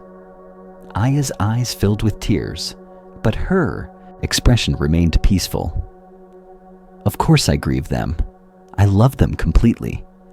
But shall I poison the love with resentment? Shall I dishonor their memory by refusing to appreciate the time we had together? I had 20 years with my husband. We had a child together. I witnessed her laugh and grow for 10 beautiful years. These are gifts beyond measure. Yes, I wish I could have had more time, but the time I had was real. It was beautiful. I can spend my remaining days bitter about what was taken, or grateful for what was given.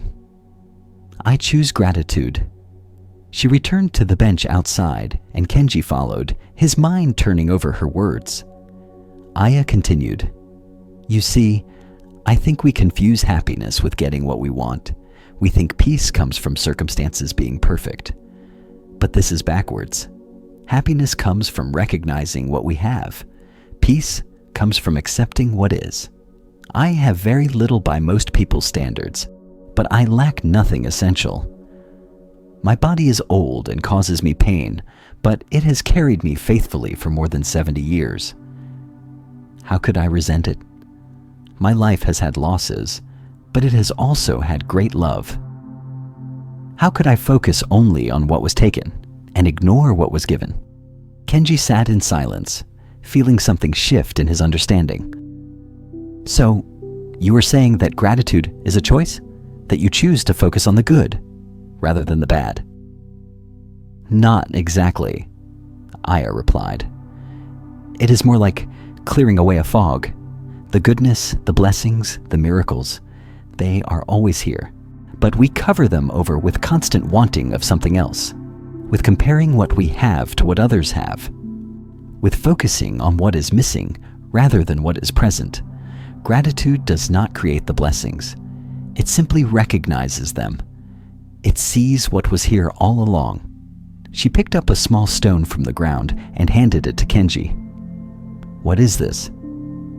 A stone, he replied, confused. Look more carefully, she instructed. Kenji examined the stone. It was ordinary gray rock, nothing special. But as he looked at it with more attention, he began to notice things. The subtle variations in color, the texture of its surface, the perfect weight of it in his hand. The fact that it had existed for perhaps millions of years, shaped by forces beyond comprehension, and now it rested in his palm. The more he looked, the more interesting it became. Now you are beginning to see, Aya said softly. Everything is like this stone, ordinary until we actually pay attention. And when we pay attention with gratitude, with genuine appreciation, even a simple stone becomes worthy of wonder. My life is full of such ordinary miracles: breath, light, the taste of simple food, the sound of birds, the feeling of sun on old skin. These gifts are given freely in every moment. How could anyone pay attention to such abundance and not feel grateful? Kenji stayed with Aya for 3 days, helping with small tasks and learning to see through her eyes. She taught him to notice the countless, ordinary blessings that filled each day.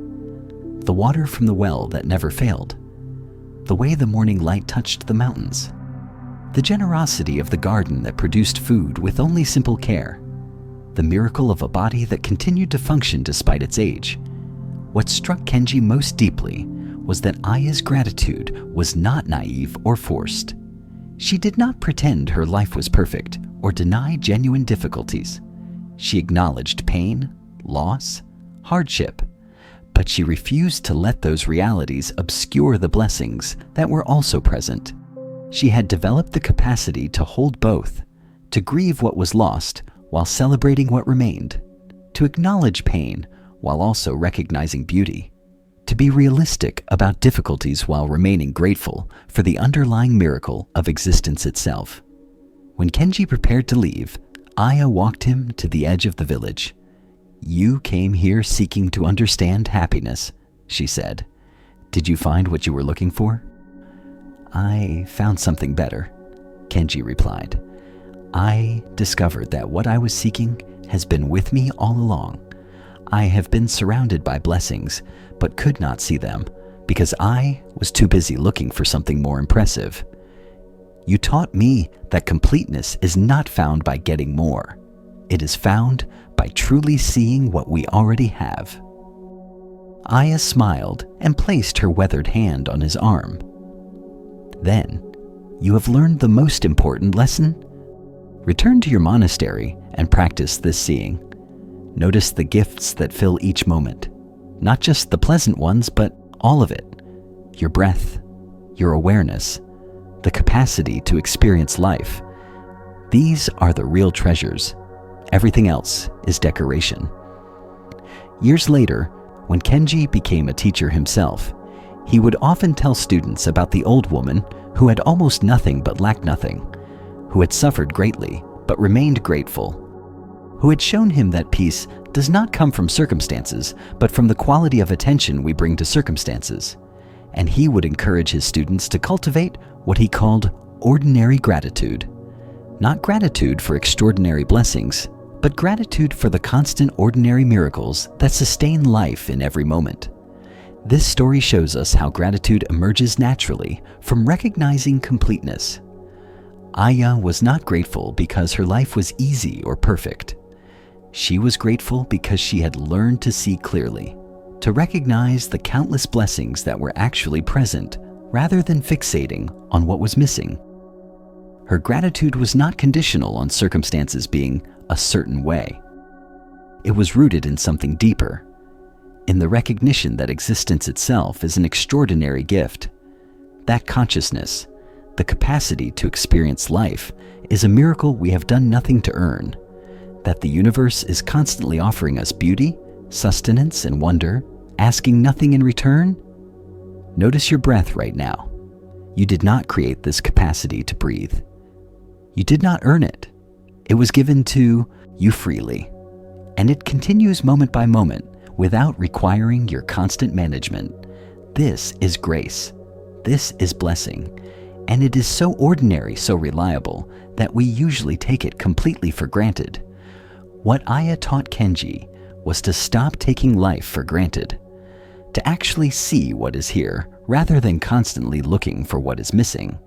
She showed him that when we pay genuine attention, we discover we are surrounded by abundance. Not material abundance necessarily, but the abundance of existence itself. Light, air, consciousness, the capacity to feel and know and experience. These are treasures beyond measure, freely given in every moment. This teaching does not mean we must pretend everything is wonderful or deny genuine difficulties. Aya acknowledged her losses and her pain, but she refused to let those difficulties blind her to the blessings that were also present.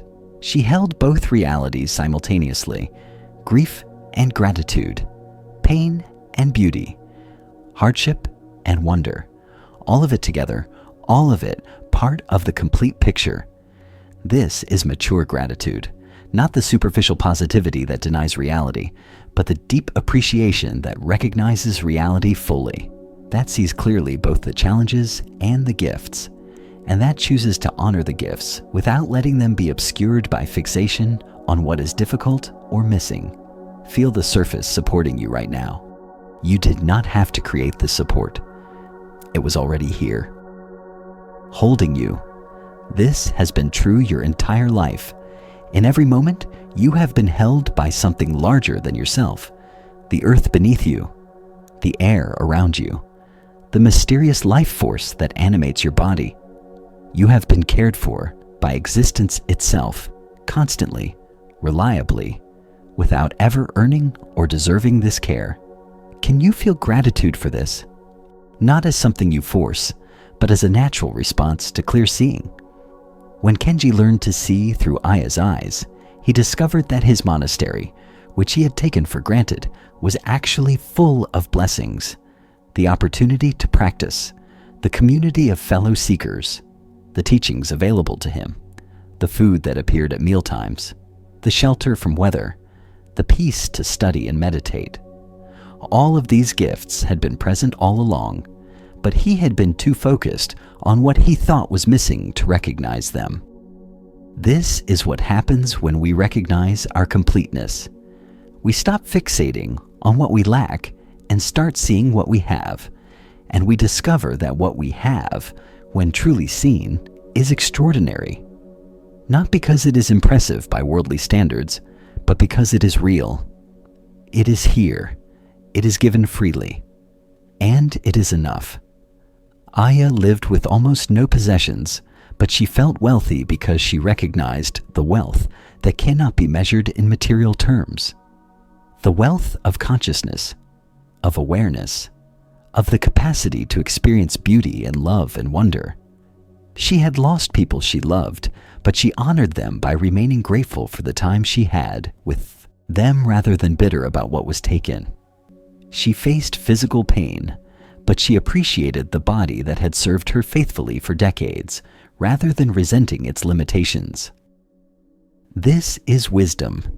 This is completeness recognized and embodied, not through denying reality, but through seeing it clearly, through refusing to let what is difficult obscure what is beautiful, through maintaining the capacity to appreciate blessings even while acknowledging challenges. Let yourself rest in this teaching. Notice any place where you might be taking life for granted, the miracle of sight that allows you to perceive the world, the miracle of hearing that lets you experience sound, the miracle of consciousness itself that enables all experience. These are not small gifts. They are everything. And they are yours in this moment, freely given, asking nothing in return. When we cultivate this kind of gratitude, this recognition of the constant grace that sustains existence, something shifts fundamentally. We stop living in scarcity consciousness, always focused on what we lack. We begin living in abundance consciousness, recognizing the wealth that is actually present. And this shift changes everything. Not our external circumstances, but our experience of those circumstances. And that change in experience is everything. Aya showed Kenji that happiness is not found in accumulating more or in having perfect circumstances.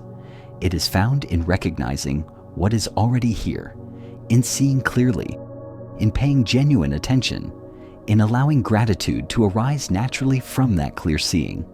This is available to everyone in every moment, not as something we must achieve, but as something we can recognize, the completeness that has been here all along, waiting patiently for us to stop seeking and start seeing.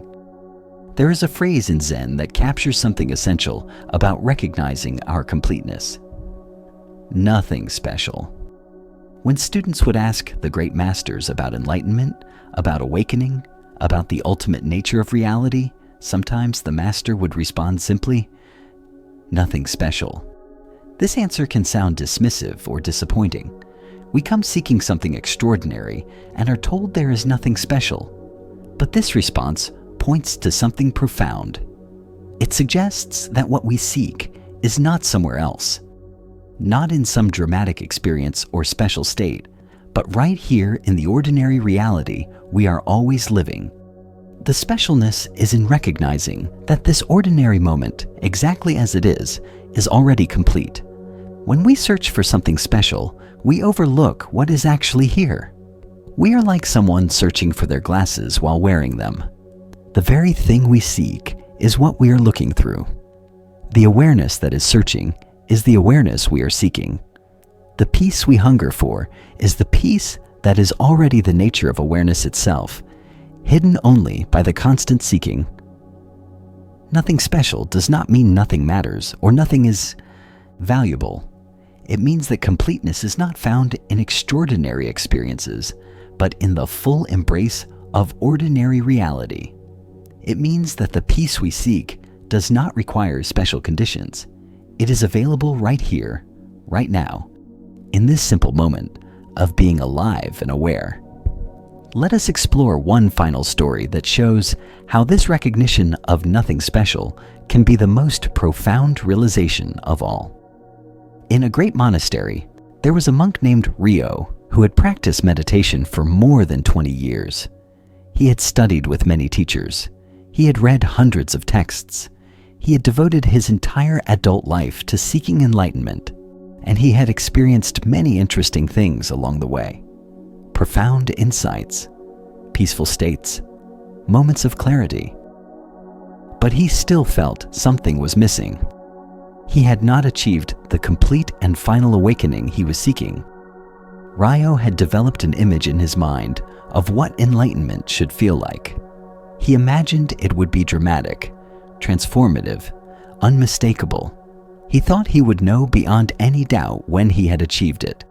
And because his experiences, while valuable, had not matched this imagined ideal, he continued searching, continued practicing, continued hoping that the real thing would eventually arrive. One autumn, an elderly master named Sozin came to teach at the monastery. He was very old and quite frail, and he would not be staying long. Ryo was determined to receive teaching from this respected master before he left. He waited until he could speak with Sozin privately, and then approached with his question. "Master," Ryo said, bowing respectfully. I have practiced for many years with sincere dedication. I have experienced insights and peaceful states, but I have not achieved true enlightenment. Please tell me what I am missing. What must I do to finally complete my path? Master Sozan looked at Ryo with ancient eyes that held both compassion and a hint of amusement. What do you think enlightenment is? Ryo had thought about this question for years. I believe it is a complete and permanent transformation, a state of consciousness that, once achieved, reveals the ultimate nature of reality, a profound peace that remains constant regardless of circumstances, something unmistakable and extraordinary. I see, Sozan said. And how will you know when you have achieved this? I assume it will be obvious, Ryo replied. So dramatic and profound that there will be no doubt. Sozan nodded slowly. Tell me about this morning.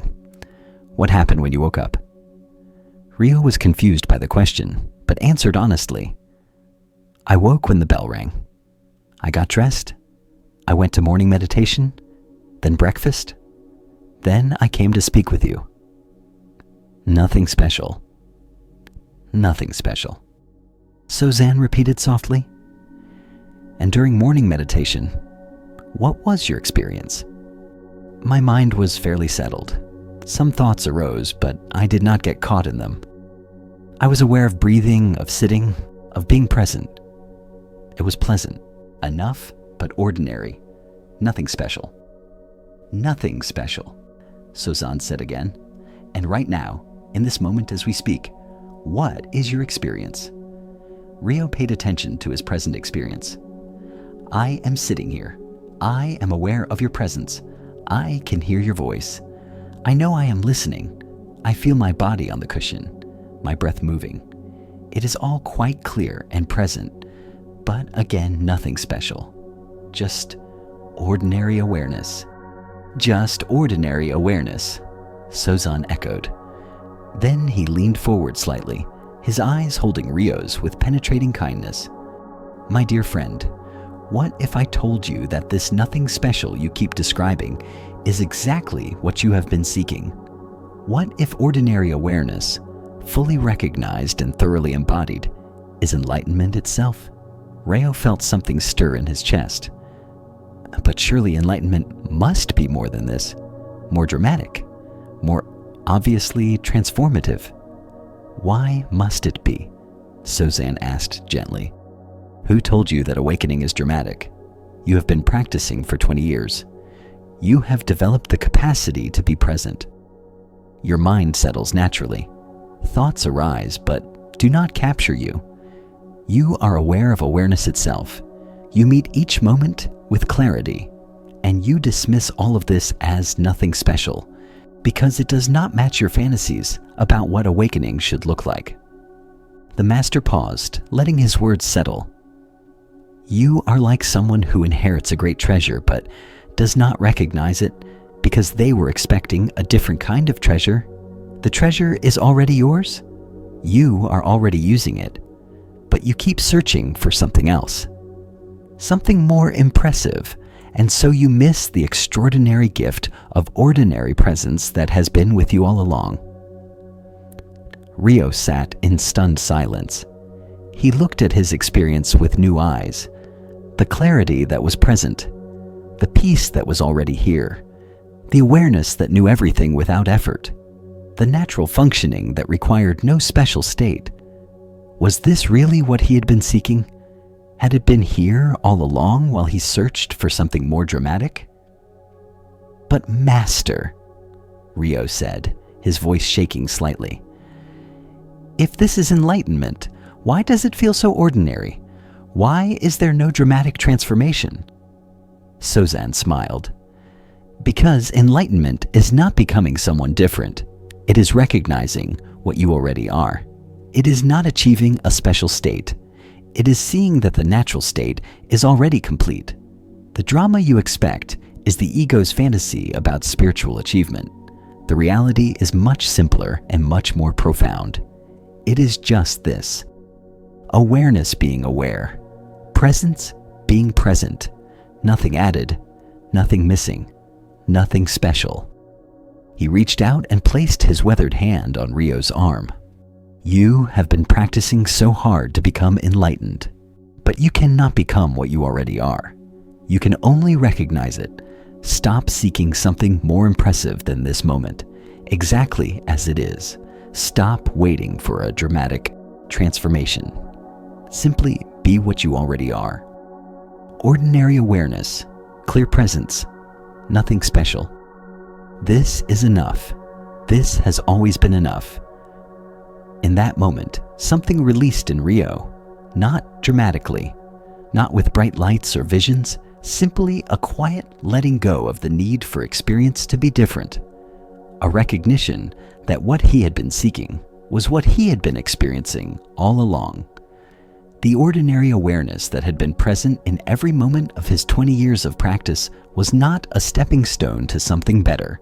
It was the destination itself. Nothing special, and yet everything.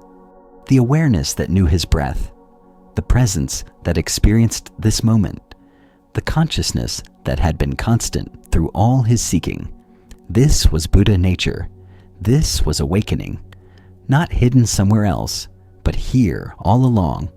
So obvious he had overlooked it. So ordinary he had dismissed it. Master Sozan spoke once more, very softly.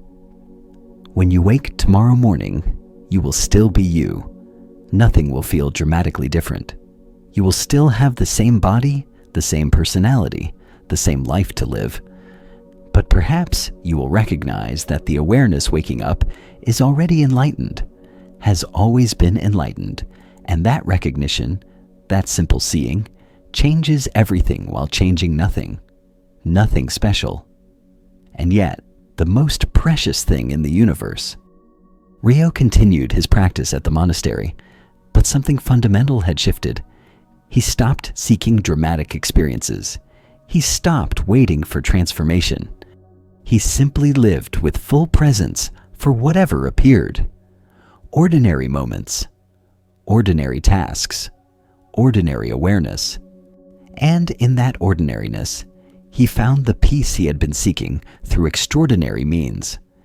Years later, when students would come to him seeking enlightenment, he would often tell them about Master Sosan and the teaching of nothing special. He would say, "You are already what you seek. The awareness that is seeking is what you are seeking. Stop looking for something more impressive than this moment. Recognize the completeness that is already here. It is nothing special, and it is everything."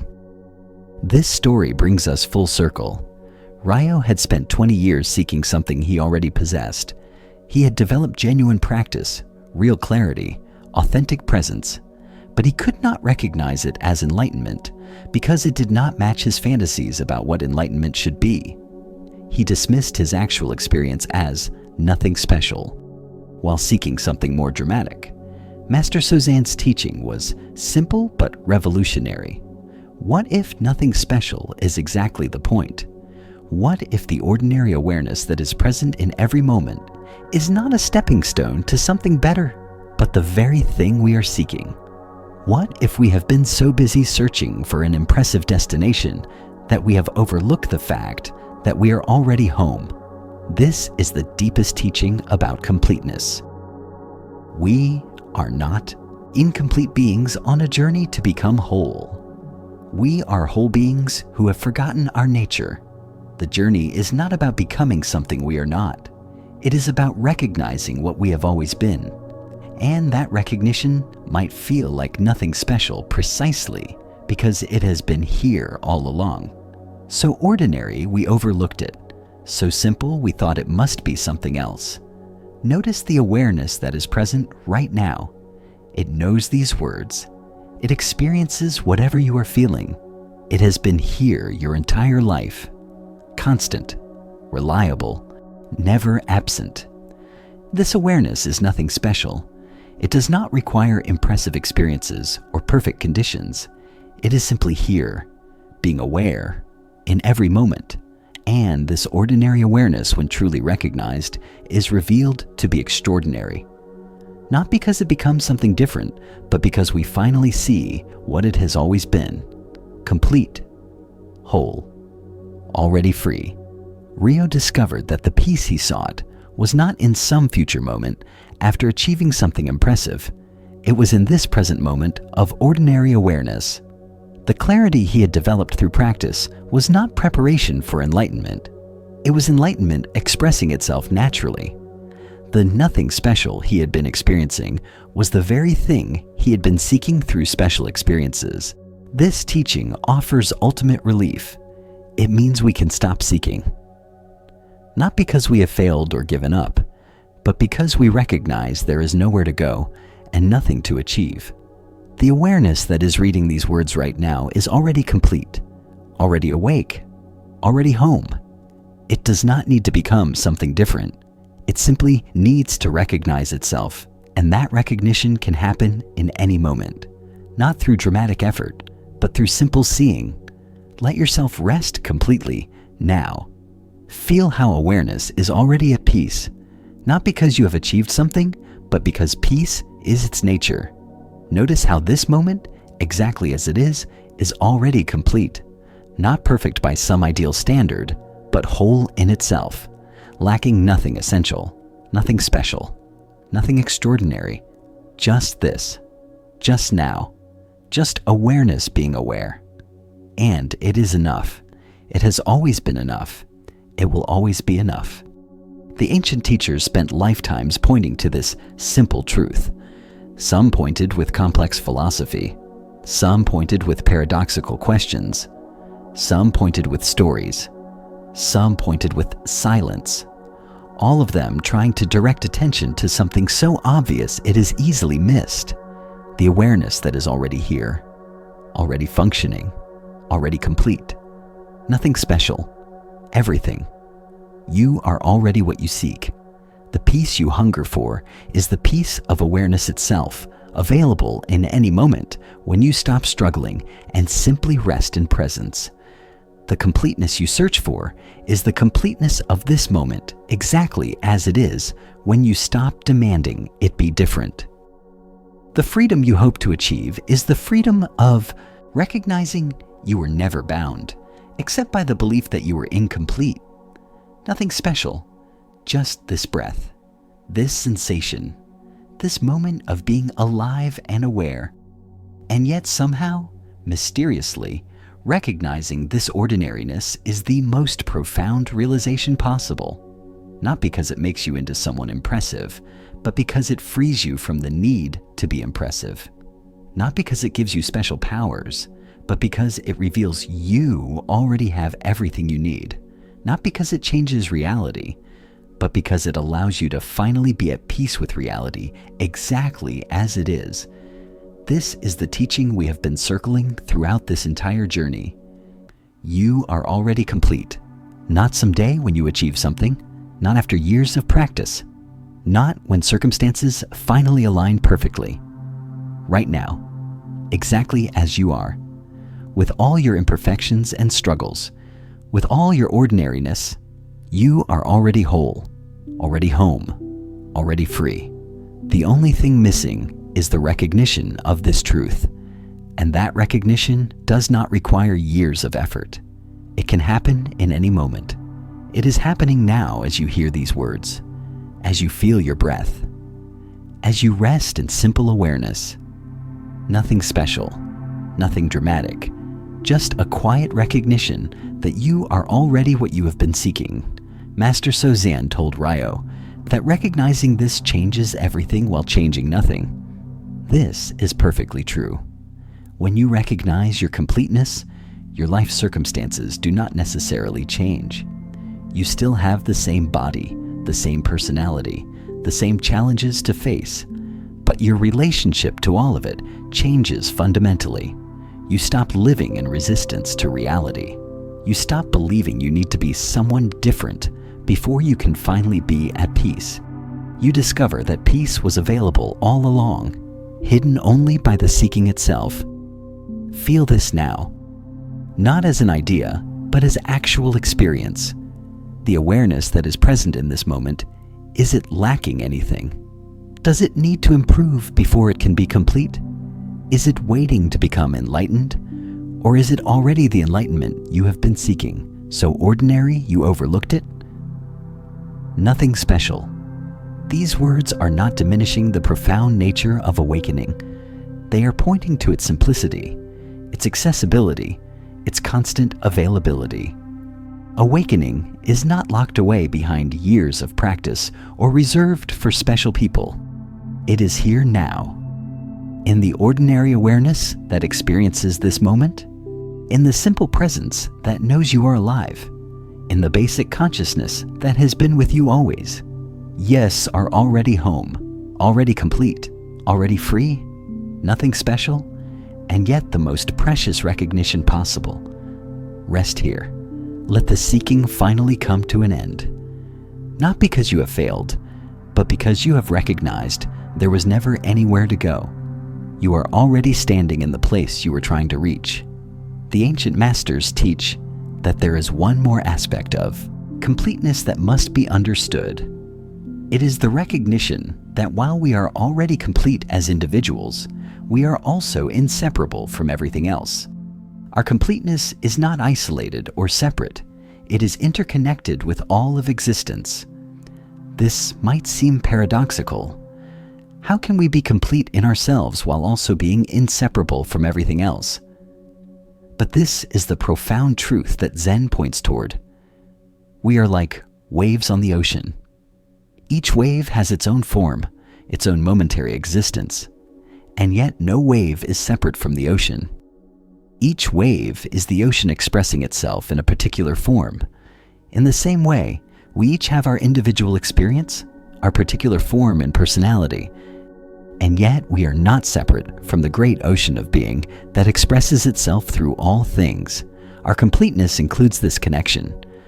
Our wholeness embraces this interdependence. We are complete individuals who are also completely interconnected with everything. When we truly recognize this, compassion arises naturally, not as something we force ourselves to feel, but as the spontaneous expression of seeing clearly. When we recognize that others are not separate from us, that their suffering is not happening to someone else, but to another expression of the same being that we are, care and kindness flow naturally. This compassion is not exhausting or burdensome. It does not require us to fix everyone or take responsibility for all suffering. It is simply the natural movement of a heart that recognizes connection. Like a mother who instinctively cares for her child, not because she forces herself to, but because the connection is so immediate that the child's needs are felt as her own needs. Let us explore a story that shows how recognizing our interconnected completeness naturally gives rise to compassion and wisdom. In a prosperous city, there lived a successful merchant named Takeshi who had built a large trading business over many years. He was wealthy and respected, but he had developed a hard shell around his heart. He believed that success required ruthlessness, that caring too much about others would make him vulnerable, that the world was competitive and he needed to protect himself by maintaining emotional distance. Takeshi would conduct business with cold efficiency. He would negotiate for every advantage without concern for whether the terms were fair to others. He would dismiss employees without hesitation if they did not meet his standards. He would walk past beggars in the street without seeing them. He had convinced himself that this hardness was strength, that his emotional distance was wisdom, that his isolation was protection. But underneath this hard shell, Takeshi was profoundly lonely. He had acquaintances, but no real friends. He had business associates, but no one he trusted. He had built walls around his heart that kept others out, and now he was imprisoned by those same walls. He could not let anyone in without fearing they would take advantage of him. One winter evening, as Takeshi was walking home through the city streets, he witnessed something that would change his life. A young man collapsed in the street, clearly ill with fever. People walked past without stopping, too busy with their own concerns to involve themselves. Takeshi's first instinct was to do the same. This was not his problem. Getting involved would be inconvenient. but something made him pause. Perhaps it was the way the young man fell. Perhaps it was a glimpse of his own son's face in the stranger's features. Whatever the reason, Takeshi found himself stopping, kneeling beside the sick man, calling for help. No one responded. The evening crowds flowed around them like water around stones, each person absorbed in their own world. Takeshi realized that if he walked away, this young man might die right here in the street. And while he tried to tell himself it was not his responsibility, something in him could not simply leave. He lifted the young man, surprised by how light he was, and carried him to his own home. He called for a doctor. He had his servants prepare a room and care for the sick stranger. And then, to his own surprise, Takeshi sat by the young man's bedside through the night, watching over him as he fought the fever. As the hours passed in that quiet room, something began to shift in Takeshi. Looking at this suffering stranger, he found himself remembering his own illnesses as a child, his own fear, his own vulnerability. He remembered how his mother had sat by his bedside, offering comfort when he was sick. And he felt, perhaps for the first time in many years, a genuine connection to another human being. The young man's name was Hiro, and he recovered after several days of care. When he was well enough to speak, he told Takeshi his story. He had come to the city seeking work. He had no family, no connections, no resources. He had fallen ill before finding employment and had nowhere to turn. He wept with gratitude for Takeshi's unexpected kindness, saying it had saved his life. Takeshi offered Hiro work in his business, initially telling himself it was just practical. He needed workers, and Hiro owed him a debt. But as weeks passed, he found himself taking an interest in the young man's well-being, teaching him skills, ensuring he had adequate food and rest. And he noticed something surprising. Caring for Hiro did not make him weaker. It made him feel more alive, more human, more real. One evening, Hiro asked Takeshi a question that cut through all his defenses. "Master, forgive my boldness, but I have wondered something. You are known as a hard man in business. People say you care only for profit. Yet you saved my life when I was a stranger, and you owed me nothing. Which is the real you?" Takeshi was quiet for a long time, looking into his cup of tea as if it might hold answers. Finally, he spoke with unusual honesty. "I thought the hard man was strength. I thought caring was weakness. But when I saw you collapsed in the street, something in me could not walk away. And I realized that the hard shell I had built was not protecting me. It was imprisoning me." He looked up at Hiro with eyes that held both sadness and clarity. "You asked, which is the real me? I am beginning to think the real me is the one who stopped to help you. The hard man is just armor I have been wearing for so long, I forgot I was wearing it." This conversation opened something in Takeshi. He began to notice the people he had been training himself not to see, the workers in his business who struggled to support their families, the competitors he had been treating as enemies rather than fellow human beings trying to make their way in the world, the beggars in the street who were not so different from him, just less fortunate. And as he began to see these people, really see them, he discovered something unexpected. When he allowed himself to care, when he stopped maintaining emotional distance, he did not become weaker. He became more fully alive, more connected, more complete. The walls he had built to protect himself had actually been cutting him off from the fullest experience of being human. Takeshi began to change how he conducted business. He still worked for profit, but he also ensured his dealings were fair. He still had high standards, but he treated workers with dignity and care. He still negotiated skillfully, but he looked for outcomes that benefited both parties. And to his surprise, his business did not suffer. In fact, it grew stronger as people began to trust him, to want to work with him, to know that dealings with Takeshi were honest and fair.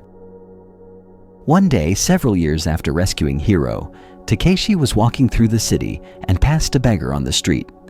In the past, he would have looked away, maintaining his emotional distance, but now he stopped. He looked at the man, really looked at him. And in that moment, he saw not a separate person whose problems were none of his concern, but another human being not so different from himself.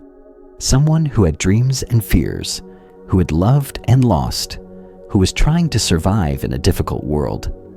Takeshi reached into his pocket and gave the man coins.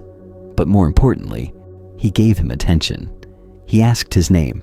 He asked his story. He listened.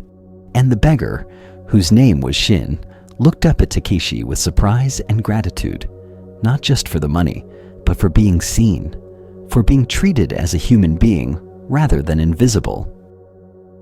As Takeshi walked away, he felt something he had not felt in years, a fullness in his chest, a sense of connection, a recognition that caring for others did not diminish him, but enriched him. That opening his heart did not make him vulnerable, but made him whole.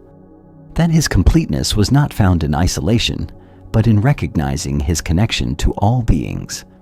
Years later, when people would comment on how Takeshi had changed, how he had softened without losing his strength, he would often tell the story of Hiro. "I thought I was saving a stranger's life that night," he would say. "But what I was really doing was saving my own life. I had been living as if I was separate from everyone else, as if caring was dangerous, as if connection was weakness. That night, I discovered that my completeness includes others, that I am not an isolated island, but part of something much larger. And recognizing that did not make me weaker. It made me fully human for the first time." This story shows us the final dimension of recognizing completeness. Takeshi had built walls around his heart, believing that isolation was strength. But those walls were not protecting him. They were cutting him off from the fullest experience of being alive. When he allowed himself to feel connection, when he recognized that others were not separate from him, he discovered a completeness he had never known in isolation. This is what the Buddhist teachings mean by interconnection. We are not separate, isolated individuals competing for resources in a hostile world. We are interconnected expressions of the same underlying reality. What happens to one affects all. What we do to others, we do to ourselves. This is not poetic metaphor. It is the actual structure of reality when seen clearly. When Takeshi looked at Hiro collapsed in the street and could not walk away, he was responding to a recognition deeper than thought. In that moment, the artificial boundary between self and other dissolved enough for him to see that this suffering person was not separate from himself. And that recognition called forth care, as naturally as a mother cares for her child. Notice any feelings of warmth or connection you might have right now, even toward these words, even toward the one speaking them to you. This capacity for connection is always present. It is part of your completeness, not something separate from you, but an essential aspect of what you are. What Takeshi discovered was that opening his heart did not make him vulnerable to harm. It made him complete. The armor he had worn was not protecting him, but imprisoning him. When he allowed that armor to fall away, when he permitted himself to feel connection and care, he became more fully himself, more alive, more whole. This teaching about interconnection is not asking us to lose our individuality or sacrifice ourselves for others. It is inviting us to recognize that our true nature is not limited to this individual form. We are both wave and ocean, both individual and universal, both complete in ourselves and completely interconnected with everything. When we recognize this, compassion is not a duty we must force ourselves to fulfill. It is the natural expression of seeing clearly. Just as your hand instinctively moves to protect your face if something flies toward it, caring naturally arises when we recognize others as expressions of the same being that we are. Takeshi's business success did not depend on ruthlessness. When he began conducting himself with fairness and care, his business grew stronger because people trusted him. They wanted to work with him.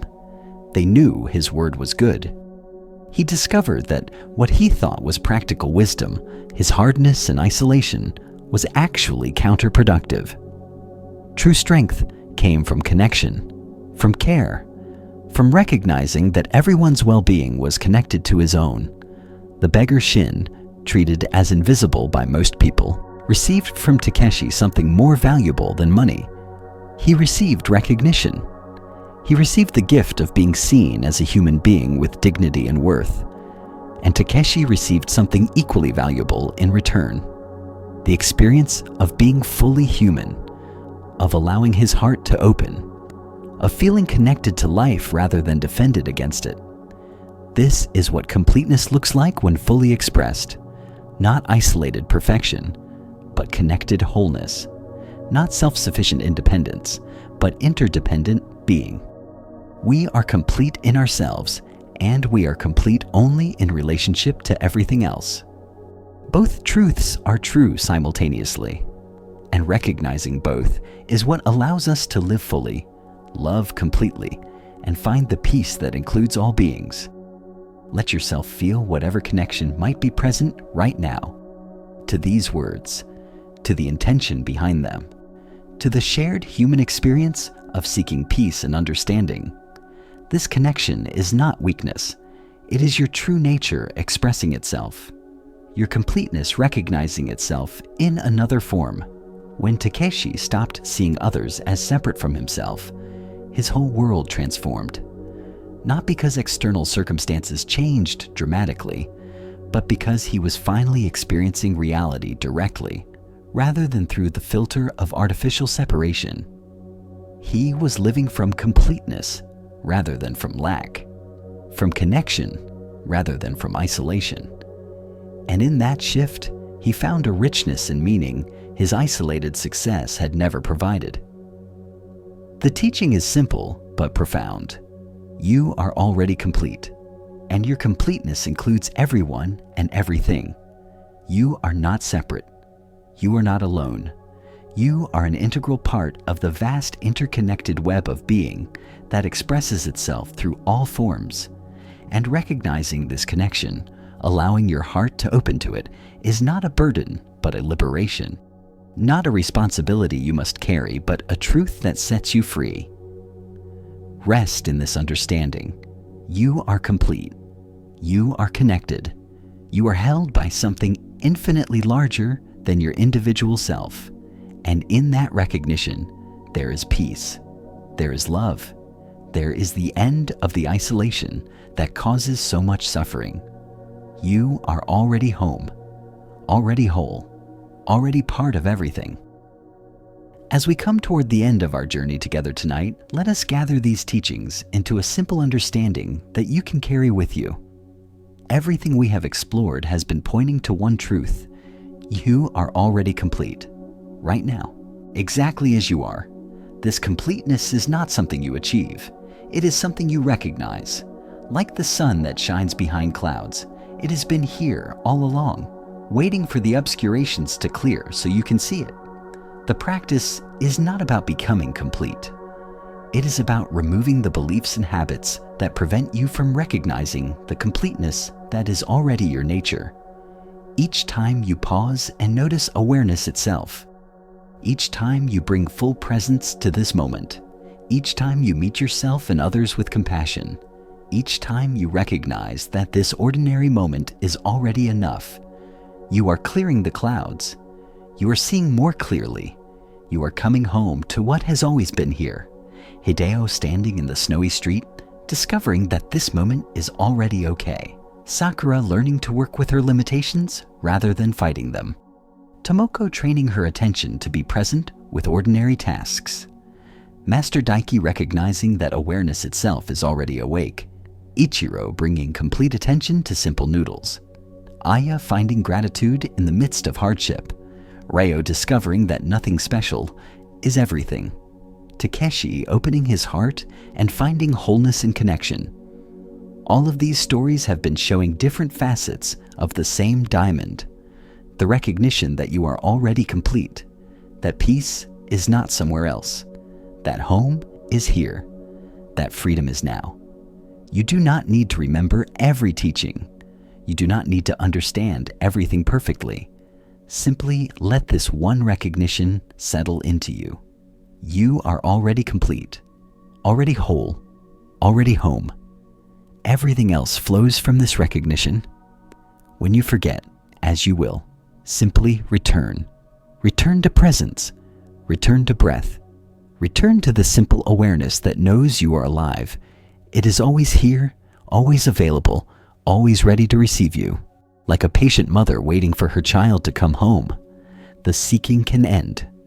Not because you have failed, but because you have recognized there is nowhere to go. The struggle can cease, not because you are giving up, but because you have discovered there is nothing to struggle against. The waiting can stop, not because the moment has finally arrived, but because you recognize this moment is already it.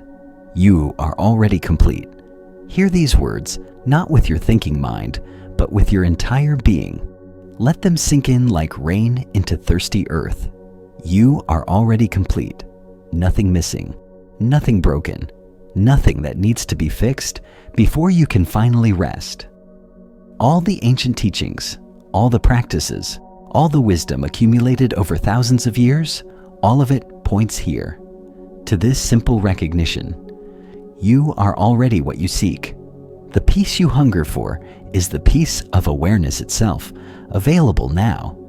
The freedom you hope to achieve is the freedom of recognizing you were never bound. Feel your breath moving now. This breath does not need to be perfect. It does not need to be controlled.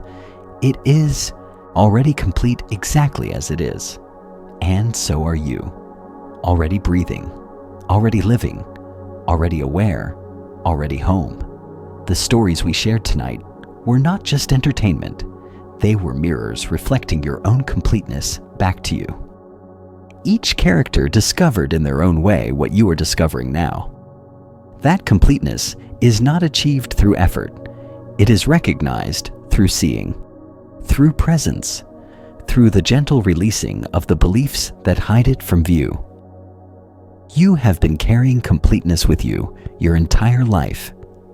It has been present in every moment, even the difficult ones, even the confused ones, even the painful ones. The awareness that experienced all of those moments has been constant, complete, never actually damaged by anything that appeared within it. This awareness that is reading these words right now is the same awareness that has been with you always. In childhood, in times of joy and times of sorrow, in success and failure, in health and sickness, it has never abandoned you. It has never been absent. It is the most faithful companion you have ever had, and it is not separate from you. It is what you are at the deepest level. This awareness is already at peace, not because it has achieved something or figured everything out, but because peace is its fundamental nature, like water being wet, like space being open. Awareness is naturally peaceful when it is not struggling against what is. The invitation tonight has been simple. Stop struggling, stop seeking, stop waiting for some future moment when you will finally be complete enough, good enough, wise enough to rest. Recognize that you are already complete, and in that recognition, allow yourself to finally come home. Home is not a place you travel to. It is a recognition that you are already where you belong. Here, now, in this body, in this life, in this moment. Complete, whole, lacking nothing essential, already free. Let your body settle completely now. Release any remaining tension. Feel how you are supported without effort, how breath flows without your management, how life sustains itself through you with mysterious grace. You are held by something infinitely larger than yourself. You have always been held. You will always be held. You are safe to rest completely.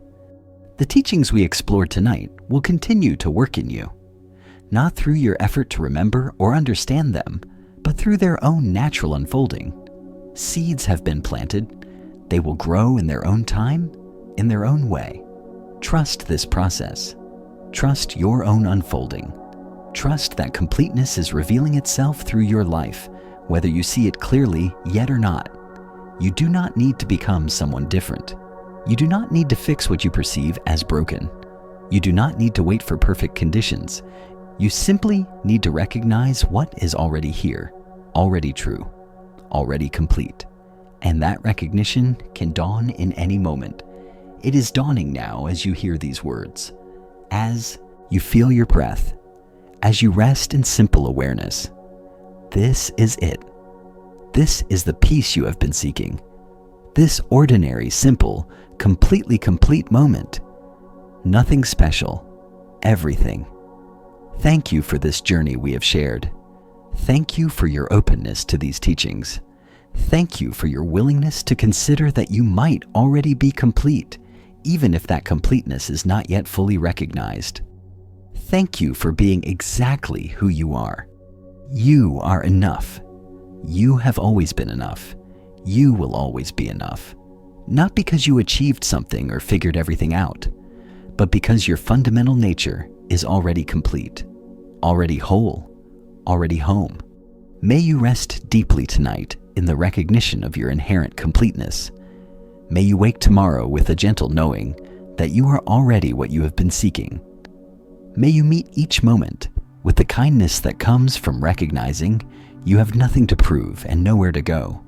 You are already complete. Let this truth sink into the deepest part of you. Let it dissolve the seeking. Let it end the struggle. Let it bring you home to the peace that has been waiting here all along. Sleep well, dear friend. Rest in the completeness that is your true nature, and know that you are held in compassion, surrounded by care, already home in the heart of being itself. Thank you for joining us here at Calm Buddha Path.